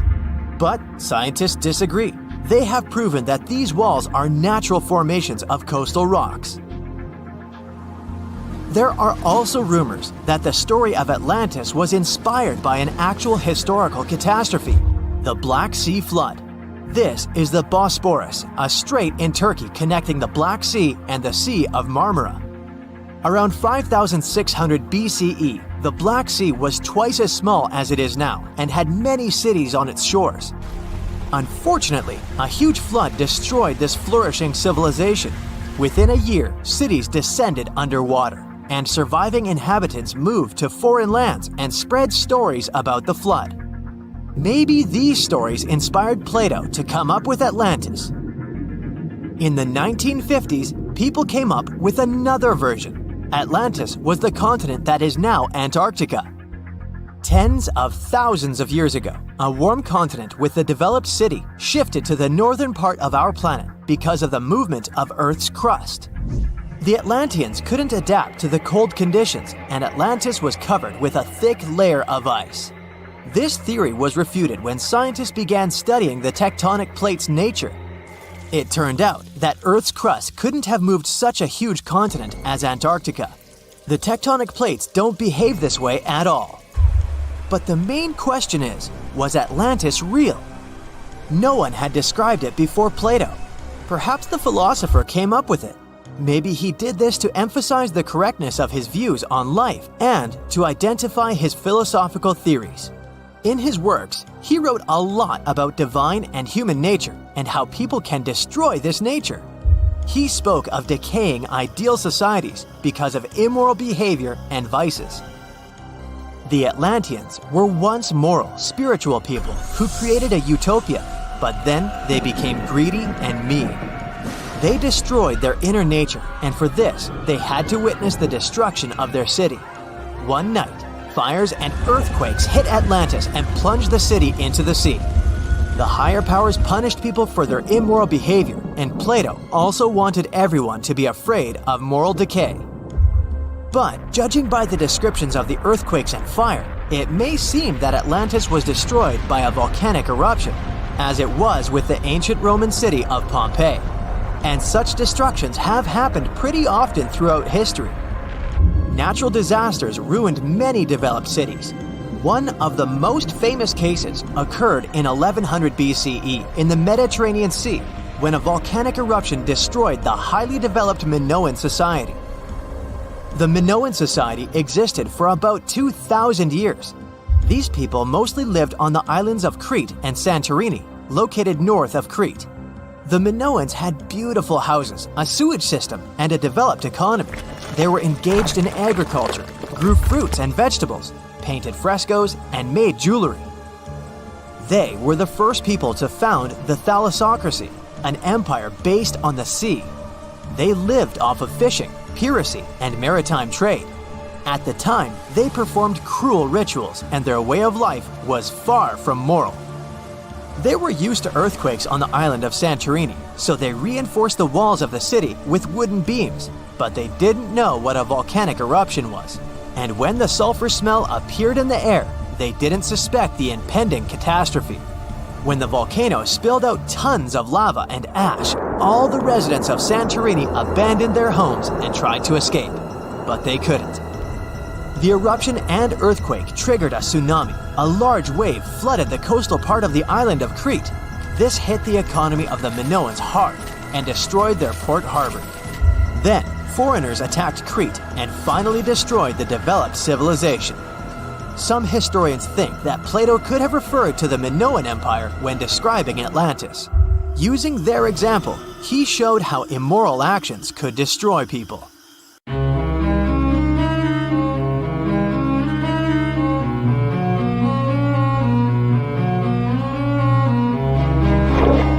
Question for you. Do you think Atlantis could be real? It remains as one of history's greatest mysteries. The legend began with Plato, all the way back in ancient Greece. The tale of a civilization that formed and prospered before our own. Atlantis was supposedly a highly technological society, much like the Mayans. But, as the legend says, due to the people's greed, they were punished by a flood that destroyed and submerged their cities. Different theories try to guess Atlantis' location. Some say it was in the Mediterranean Sea. Some say it's beneath the Bermuda Triangle. But, as science has shown us, Atlantis may be only an allegory for humankind. Today, you'll discover several amazing underwater cities that you have never heard of. They existed indeed, and are not just a myth. We're taking you on an excursion to the underwater city of Baia, which is on the coast of Italy. Known as the Las Vegas of the Roman Empire, Baia was a resort city. The Roman elite traveled there for recreation. Imagine an open-air spa. That was Baia. You can visit the submerged town by scuba diving and get close to that perfectly preserved, magnificent Roman sculpture. a true underwater wonder. You can spot the crumbled temples and buildings through glass-bottom boats. This is a moss-covered museum in Claudio's Nymphaeum. To your left, you can see a collection of classical Greek statues. Swimming down the Via Herculeana, you'll arrive at Villa a Proteo. Villas are Italian-style houses, and here you can admire their original marble floors. Notice the black and white patterns and the astounding shapes they make. Next, you'll arrive at Portus Julius. Can you see the collapsing wall structures at the bottom of the seafloor? You'll see well-preserved columns and limestone floors. Behold the ruins of the thermal baths of Lacus. The remaining multicolored mosaics are something great to see. You'll see their orange, blue, and green tiles if you get close enough. At Pisoni's Villa Pila, you'll see 25 preserved Roman pillars. Notice the arches, the frescoes nearby, and the magnitude of this well-kept treasure. The city was located over natural volcanic vents, so there were hot springs to be used at will. People went there looking to have an excellent time. And when I say people, I mean some of the great Roman emperors we learned about in school: Nero, Cicero, Caesar. But around the 8th century, the city was sacked and the luxurious town was abandoned. Slowly, the water level rose and the city started to drown.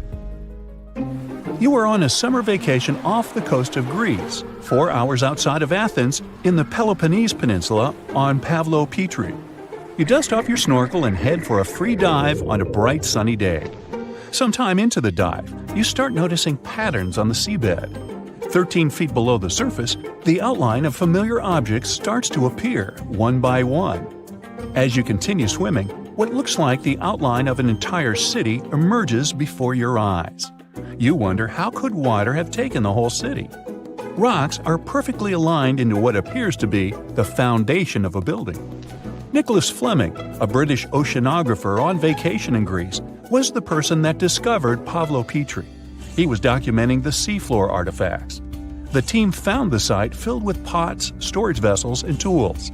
A quern stone, for instance, is a tool used for grinding grains and turning them into flour. Multiple amphoras, which were found then, indicate that this settlement dated back to the Bronze Age, 5,500 years ago, when people started living in towns. The settlement is believed to have lasted for over 2,400 years. Pavlo Petri is considered today the oldest submerged town yet found, and it's impressive that it wasn't a simple village. It was a vibrant port city with stone-built buildings, a marketplace, streets, and even squares. Let's continue our exploration and find secrets in other underwater cities. You are diving off the coast of the Ryukyu Islands. Pacific waters are far from smooth. There's a strong current pulling you into the deep sea. Suddenly, you see a huge structure thanks to the sunlight shining down on the seabed. At first, it looks like Machu Picchu's ruins across the globe in Peru. As you approach it, you slowly figure out its form. A pyramid-shaped structure, arches, staircases. It's something that could have easily been a palace or castle. Could this also be a sign of human activity? What you just saw is known today as the Yonaguni Monument. It also goes by the name of Japan's Atlantis. The entire monument is about the size of 5 football fields and the height of a 5-story building. Its most surprising feature is its expansive terraces that host large crowd gatherings. Explorers and scientists believe that Yonaguni dates back to 10,000 years ago.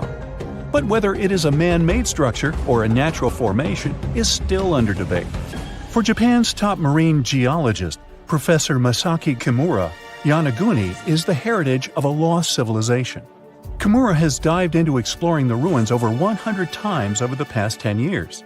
According to him, there are clear signs of human activity down there. The triangle pool, located on the monument's surface, is a triangle-shaped concave that is a historical symbol of water fountains in the region.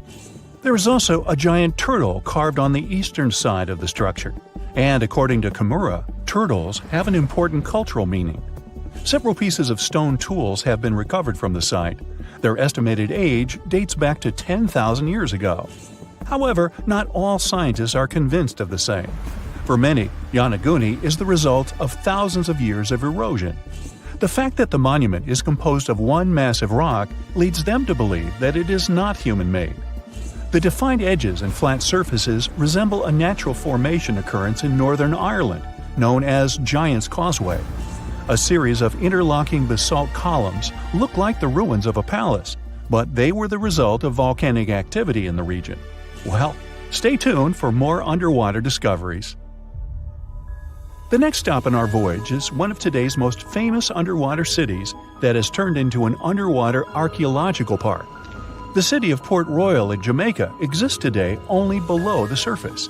But in 1692, it was one of the wealthiest cities in the Western Hemisphere. Port Royal was the center of the British Empire at the time, and an important trade city that attracted people from all over. It was also home to real-life pirates of the Caribbean. On the morning of June 7, 1692, the people of Port Royal met a different fate than they probably expected.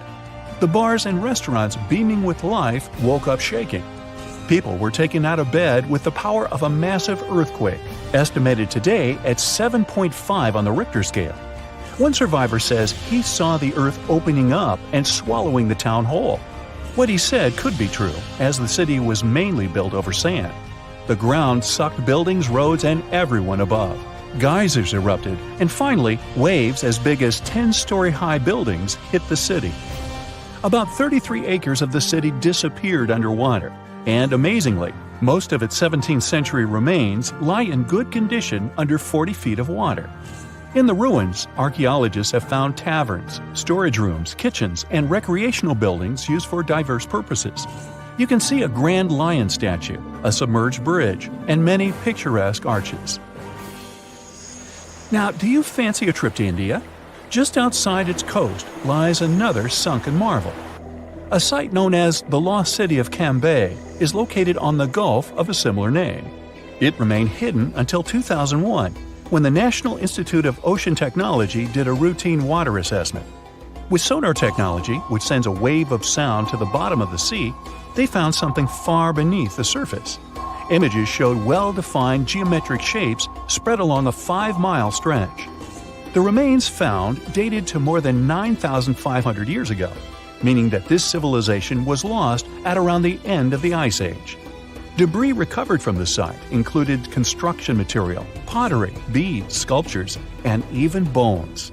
Scientists argue whether these artifacts are indeed from the site, but if they truly are, then the lost city of Cambay would be the oldest civilization in the world.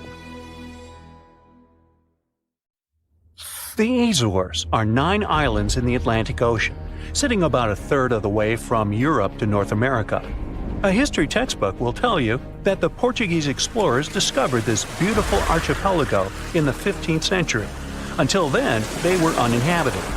The islands still belong to Portugal, so there seems to be no controversy or mystery here, except for the fact that some researchers think the Azores were home to an ancient civilization from thousands of years ago.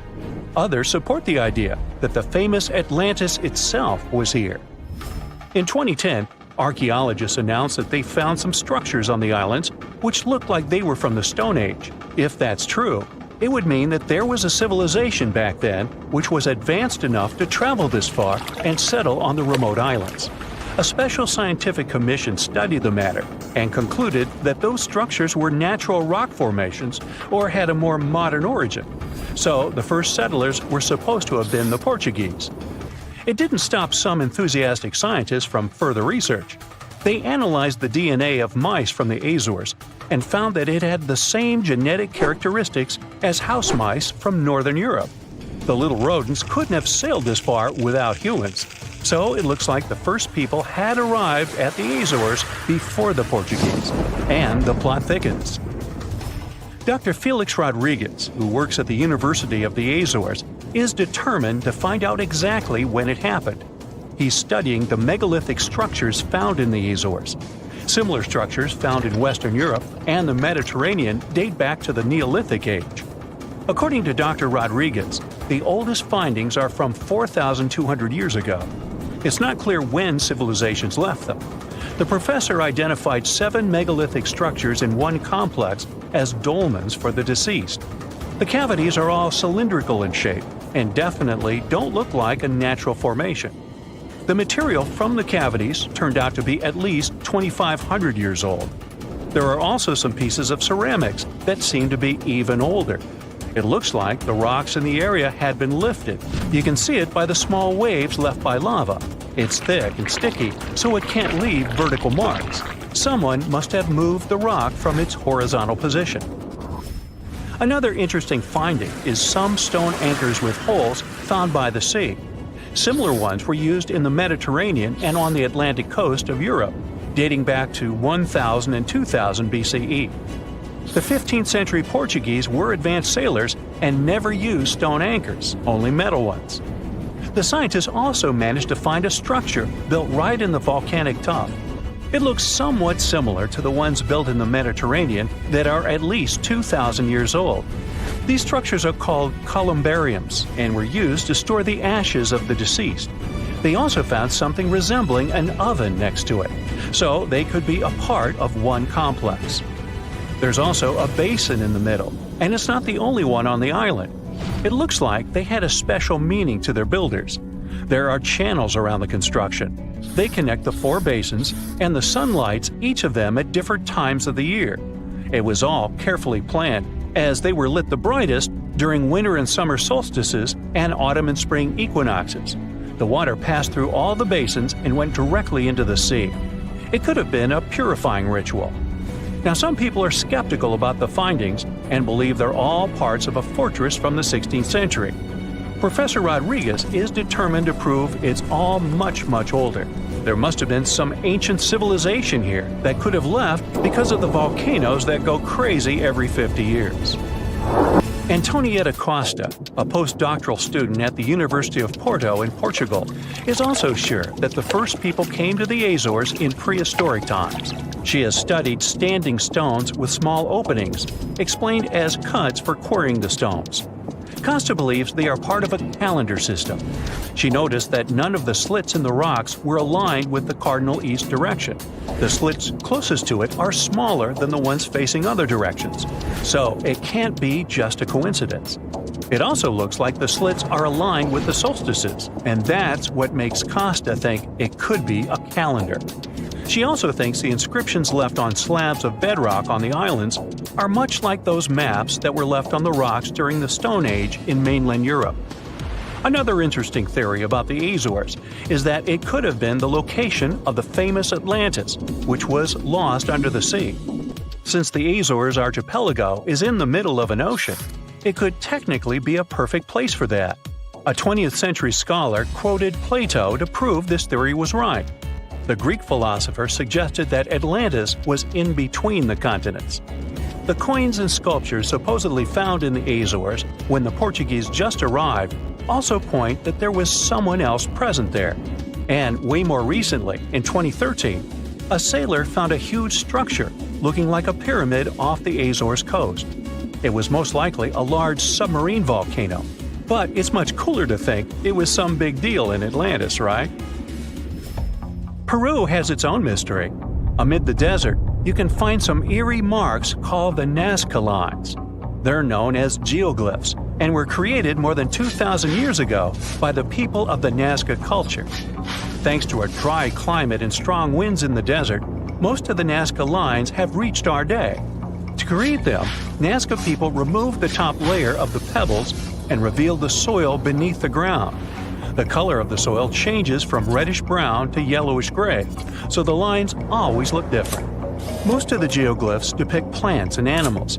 You can clearly see a monkey, a whale, a condor, a hummingbird, a spider, various flowers, trees, and other plants. There are also some geometric shapes, such as triangles, trapezoids, and spirals. Since they were discovered in the 1920s, scientists have offered different explanations for the lines. Some say that in Nazca culture, people ascribe special significance to these motifs, so they probably created these shapes for deities in the sky to see. Others believe they were a sort of astronomical calendar, and animal sketches were modeled after groups of stars. This theory was proved wrong, so the purpose of the lines remains a mystery. Another place that leaves many questions is Nimrut Mountain in Turkey. This mountain has a complex of monuments with temples and tombs. It was built by the Kingdom of Commagene, which ruled here around the 1st century BCE. There are statues of King Antiochus, 2 lions, 2 eagles, Zeus, Hercules, and Apollo. Archaeologists found the ruins of this complex at the end of the 19th century. They thought it had been built by the Assyrians. Then, some of the most famous scientists of the time came here and found an inscription in Greek. It had details about the sculptures and the names of important members of the Commagene royal family. It looked like it had been put there for future visitors. The scientists established that the statues used to be full-size figures. Changes in temperature, strong winds, snow, and the bright sun didn't leave them a chance to last in all their original glory. Plus, the complex is in an earthquake zone. So all you can see now is mostly the heads of the statues.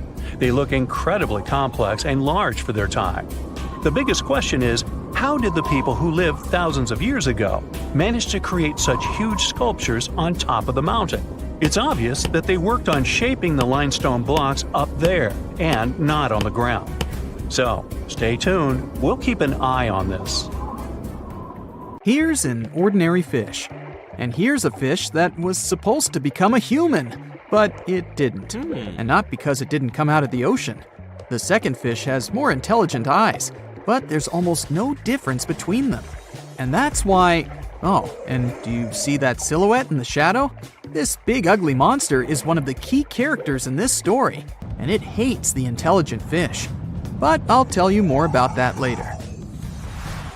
So, the ocean world is an eternal struggle for survival. The big and strong eat those who are smaller and weaker. 400 million years ago, it was the same, only on an even larger scale. Real monsters inhabited the ocean.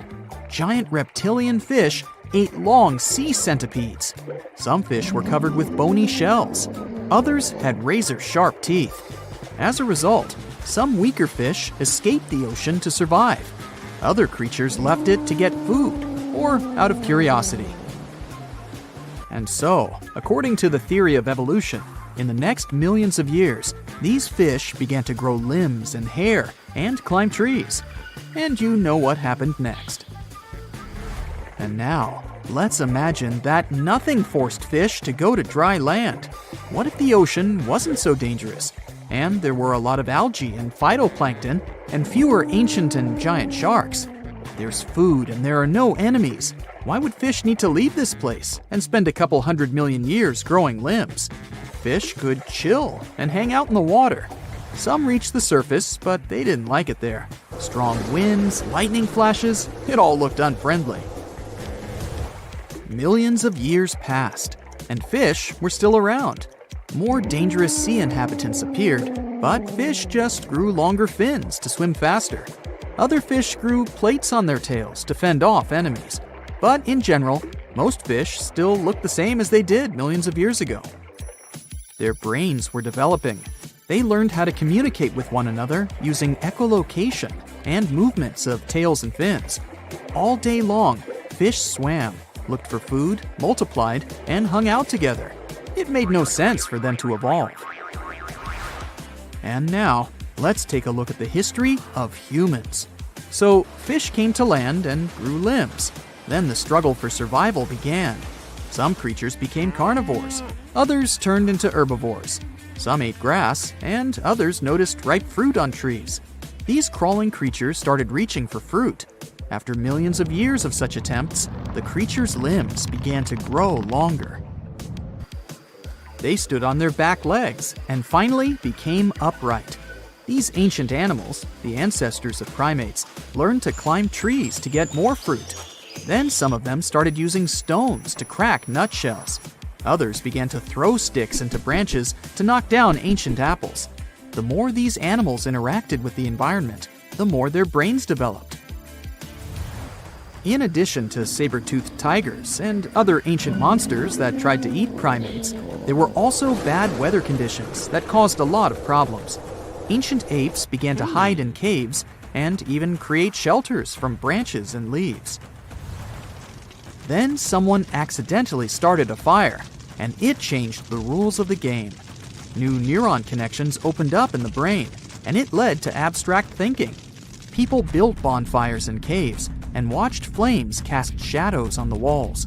Images began to form in their heads. the ancestors of people began to make drawings. And so, step by step, over millions of years, they evolved into Homo sapiens. Of course, no one knows precisely how it was, but let's assume that evolution worked this way. The struggle for survival formed the human brain. And now, let's go back to the ocean, where fish swim.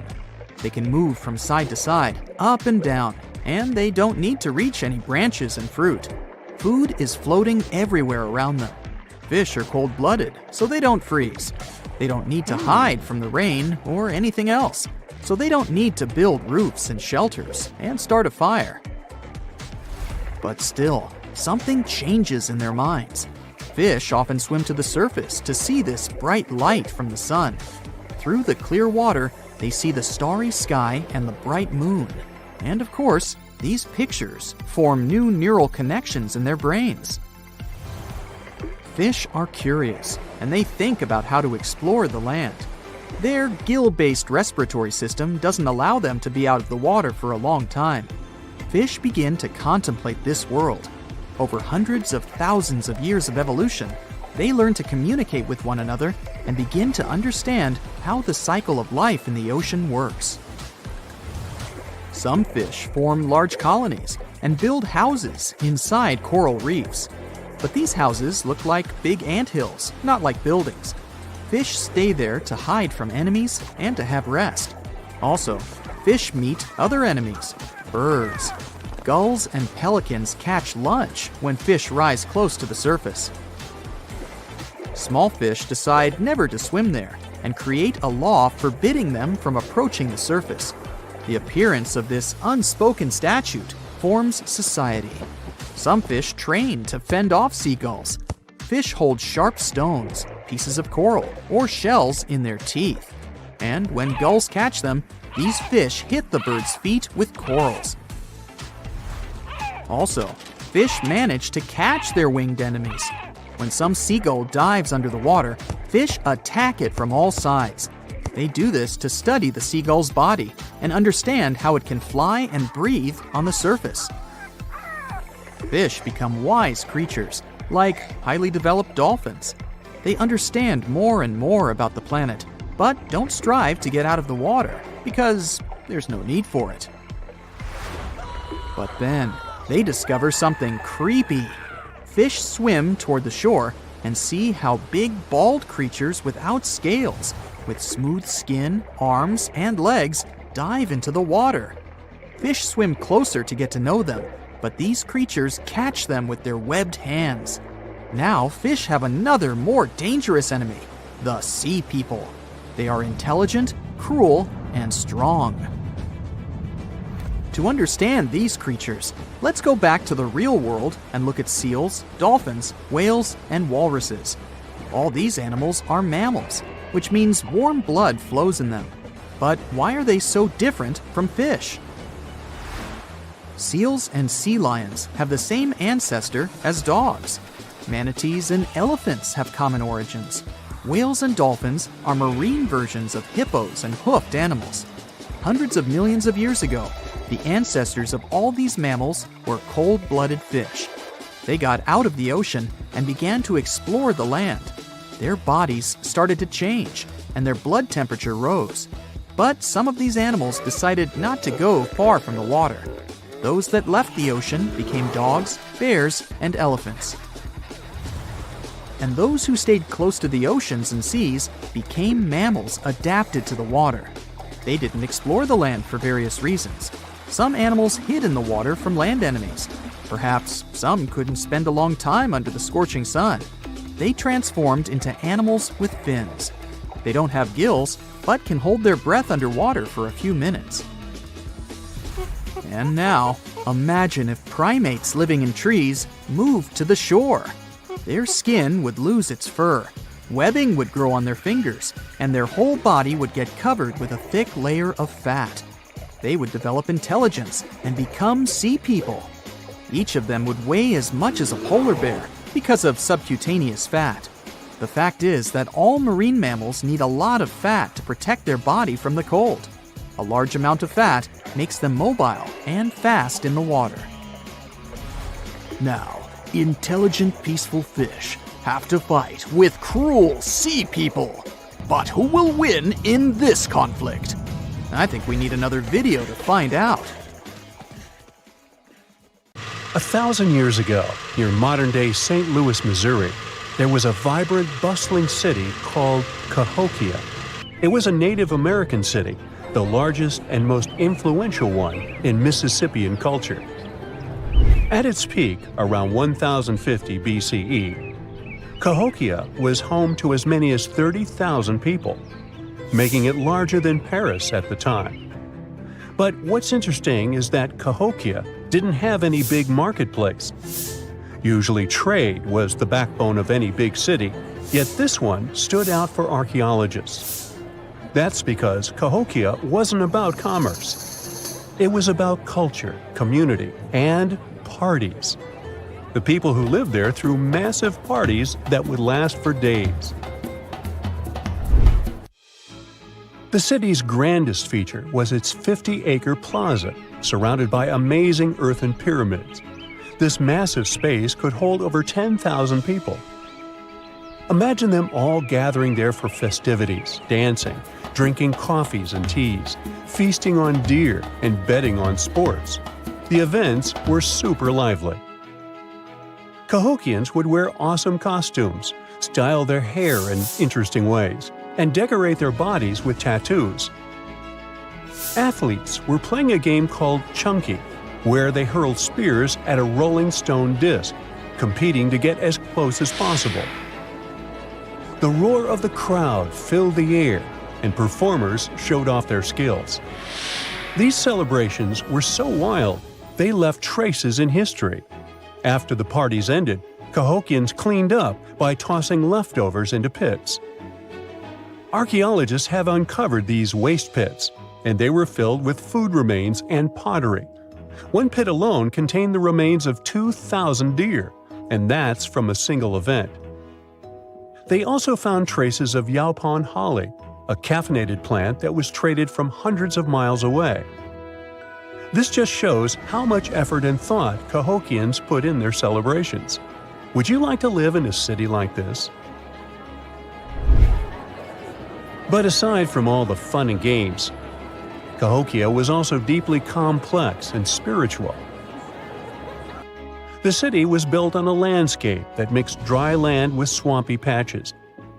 Many people believed that this symbolized the connection between the world of the living and the dead.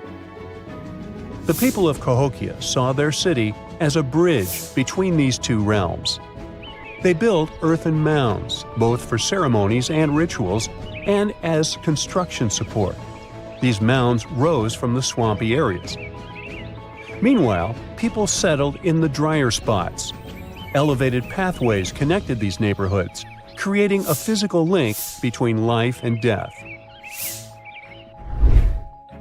Isn't it sad that some ancient metropolises that rival modern cities in scale just disappeared?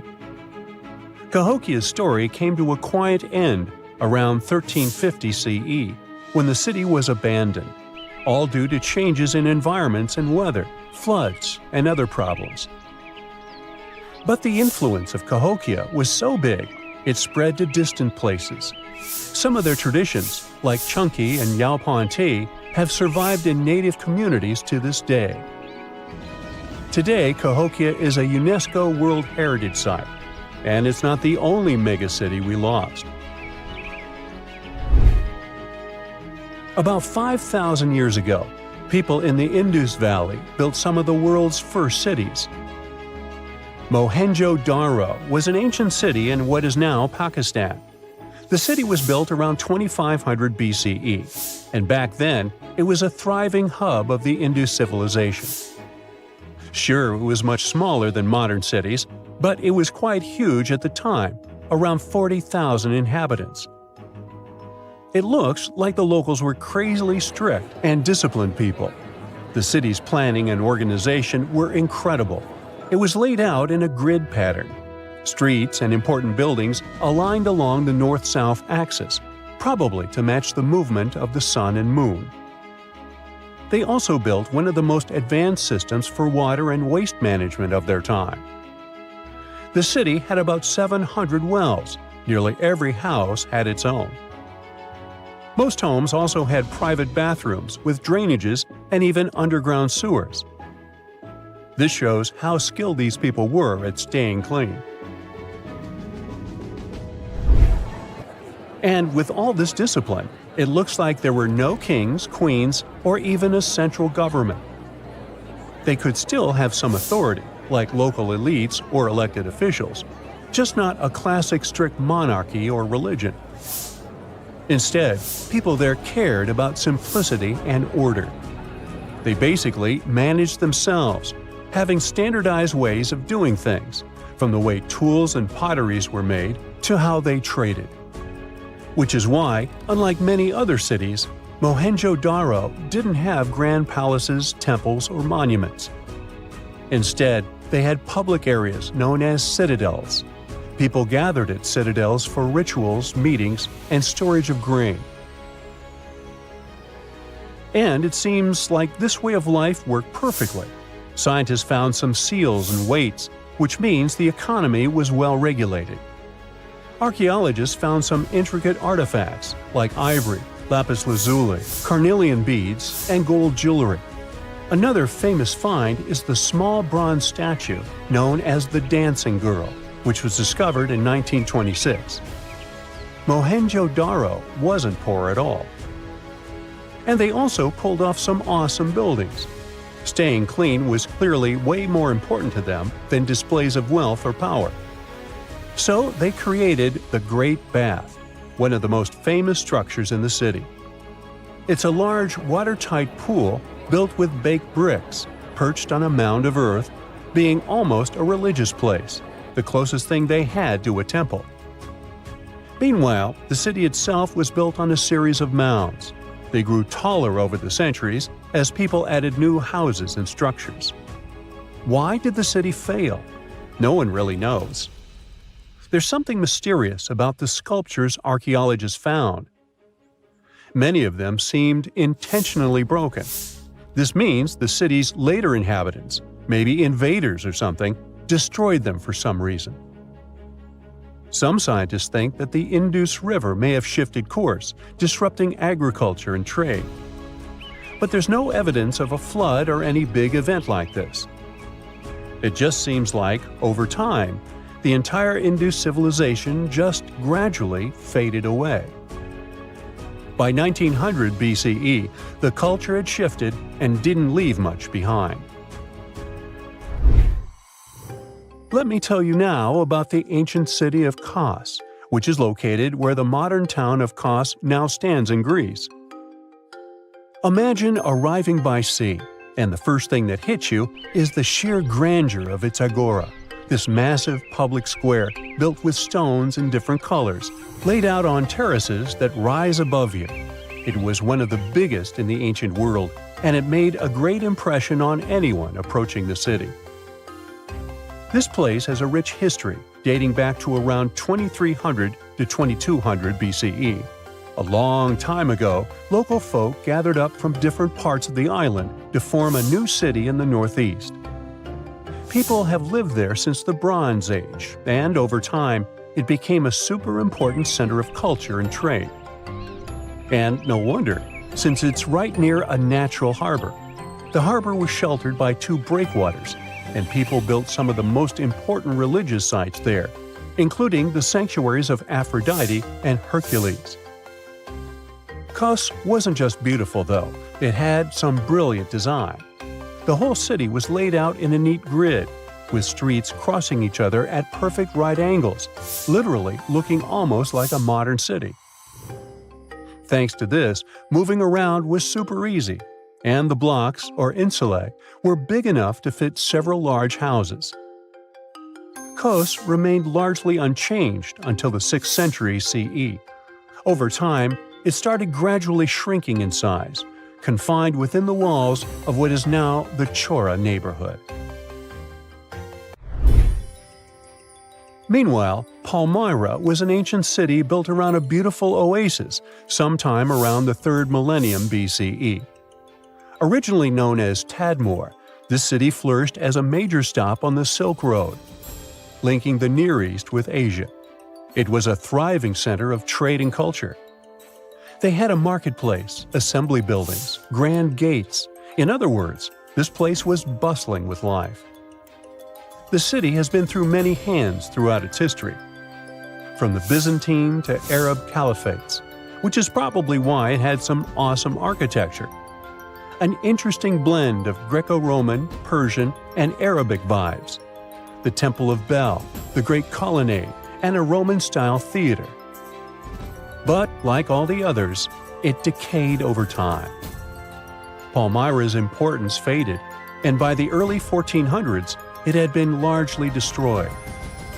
But at least its ruins remain. Right now, they're a UNESCO World Heritage Site. Imagine you get to be an archaeologist for the day. You'll travel the world to solve the mystery of long-lost civilizations that disappeared without a trace. Grab your chisel and fedora, and let's go. You arrive at the American Southwest, where an ancient mystery is waiting to be solved. You make your way to Chaco Canyon, just outside of Albuquerque, New Mexico.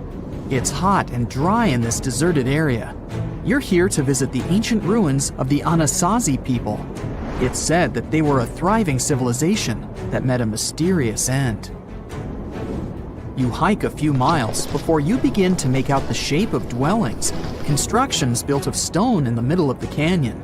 This is Pueblo Bonito, a 10th century complex that contains as many as 800 rooms and stands over 5 stories tall. The buildings are beautiful and made from sandstone. To access the complex, its inhabitants built a 400-mile network of roads, some of them 30 feet wide. You can't wrap your head around the fact that it was built so long ago. Everything looks so well preserved. The Anasazi reigned over the so-called Four Corners region from 100 CE to around 1600 CE. During this time, they built a civilization that sprawled over 30,000 square miles, including Colorado, New Mexico, Utah, and Arizona. Standing inside a huge kiva, an underground ceremonial chamber, you wonder what happened to the Anasazi people. Scientists have analyzed tree rings and found out that the Anasazi population lived through a period of great drought. The drought is believed to have lasted 23 years, and there was possibly no rain at all during this time. This definitely affected their livelihood, from malnutrition to battles over food and resources. But was it enough to make 30,000 people flee their homes? Researchers say these people left their homes with their belongings still in place. Ladles were left in ceramic bowls. Granaries were full of supplies. It was as if they intended to return, but never had the chance to come back. For many years, archaeologists have believed that the drought was the reason for the disappearance of this thriving society. But there's other evidence that shows a different story. Anthropologists say that the ancestral Puebloans, as they are also called, were an exemplary population. They were peaceful and lived together in harmony. But that's not what their architecture shows. They isolated themselves from the rest of the world by building their settlements so high on top of cliffs. And they built walls and other security structures in order to protect themselves. What were they so afraid of? Recently, archaeologists began to study bone fossils of the ancestral Puebloans, and they found evidence that suggests that toward the end of their civilization, things might have gotten pretty bad. Evidence shows that local leaders were ruling using fear-based methods. Severe punishment started to be inflicted on those who did not follow their strict rules. Why this happened is still a mystery, and you might need many other excavation trips to find out the truth. It's lucky that your next destination is really close by. Still in New Mexico, you'll visit the Blackwater Draw. It's a national prehistoric site that holds the story of the Clovis people. You're shocked to find out that the Clovis are possibly the oldest humans to have inhabited the U.S. They were the first humans to allegedly cross the Bering Strait and follow the ice-free trails down to the U.S.'s southern plains. Try to picture what this area looked like when the Clovis people roamed this land. A huge spring-fed lake with mammoths, giant sloths, saber-toothed tigers, and bison much bigger than the ones we have today wandering around. The archaeological site you're visiting shows that the Clovis population were big game hunters. You're able to identify the bones of several mammoths and even the stone tools that our prehistoric ancestors used to hunt them. Some of these date back to 13,000 years ago, aka the end of the last ice age. You're presented with two possible theories on the disappearance of the Clovis population. It's possible that during the final 1,500 years of the last ice age, changes in climate caused a shortage of food. Scientists also believe that this situation was worsened by overhunting. Another theory suggests that a large meteor hit North America, and this was enough to alter the climate and make the Clovis people migrate southward to try to survive. But the truth is, there's no evidence that any of that happened. Next, you'll fly to the Pacific Ocean, to the mysterious Easter Island. This place has left us with many questions, from the building of 13-foot-high face statues to the sudden disappearance of the Rapa Nui people who inhabited the area. You approach the island at Anakina, a white sandy beach on the island's northern shore. Researchers believe this area was one of the first settlements of the Rapa Nui. You could say you're standing at the end of the world, as you're over 3,000 miles away from South America and 1,000 miles away from the nearest island. Around 800 CE, when the first humans arrived, the island was an oasis. Today, the area is mostly deserted. You get your first clue on the fall of the Rapa Nui from an excavation pit you open at the beach. There's clear evidence of human presence: charcoal, tools, and bones, some of them belonging to rats. Bingo! When humans arrived at Easter Island, they brought along rodent companions. They probably didn't know this at the time, but these rodents would contribute largely to their demise. Rats love palm trees, which helped to deforest the natural vegetation of the island gradually over the years. But there's another clue. Looking into genetic data, you discover that South Americans came into contact with the Rapa Nui around 1722. What might have happened to this population is the same that happened to other more isolated groups. The contact with foreign groups brought about diseases that possibly led to the end of the Rapa Nui. To finish off your trip, you're headed to Cambodia. The country was once home to the Great Khmer Empire from the 9th century CE to the 15th century CE. The ruins of this place are magnificent. Your main excavation site is the Plains of Angkor, built alongside the Mekong River. This huge site was the most important Khmer city at the time. Just FYI, Angkor actually means capital city in the Khmer language. The Khmer were able to build a huge network of roads connecting Angkor with the rest of the empire. And it's believed that up to 1 million people were spread throughout the Khmer Empire at its peak days. It was the largest pre-industrial city in the entire world. It's comparable in size to modern-day Los Angeles, just so you can get an idea. The Khmers were also master builders and engineers. They managed to build a complex irrigation system that helped their rice farming through the centuries. And to connect their cities, they built almost 500 miles of intricate highways and bridges. Oh, and not to mention the complex architecture of their religious buildings, such as Angkor Wat, one of today's most visited tourist sites in Cambodia. It took over 30 years to build, and it spreads over almost 500 acres. Back in the day, its towers were probably decorated with gold, but today, the site is a maze of vine-covered temples. Like your fellow researchers that came here before you, you're unsure of what caused this civilization to be wiped off the map. One possible guess has to do with the climate in the region. Strong monsoons might have caused massive floods and severe damage to the infrastructure, especially to the water system the Khmer people heavily relied on to survive. But another reason could have been regional conflict and immigration. Toward the end of the 15th century, the empire started to decline in numbers, and this could have weakened its strong power. You might not go home with many answers, but you've certainly learned a lot, huh?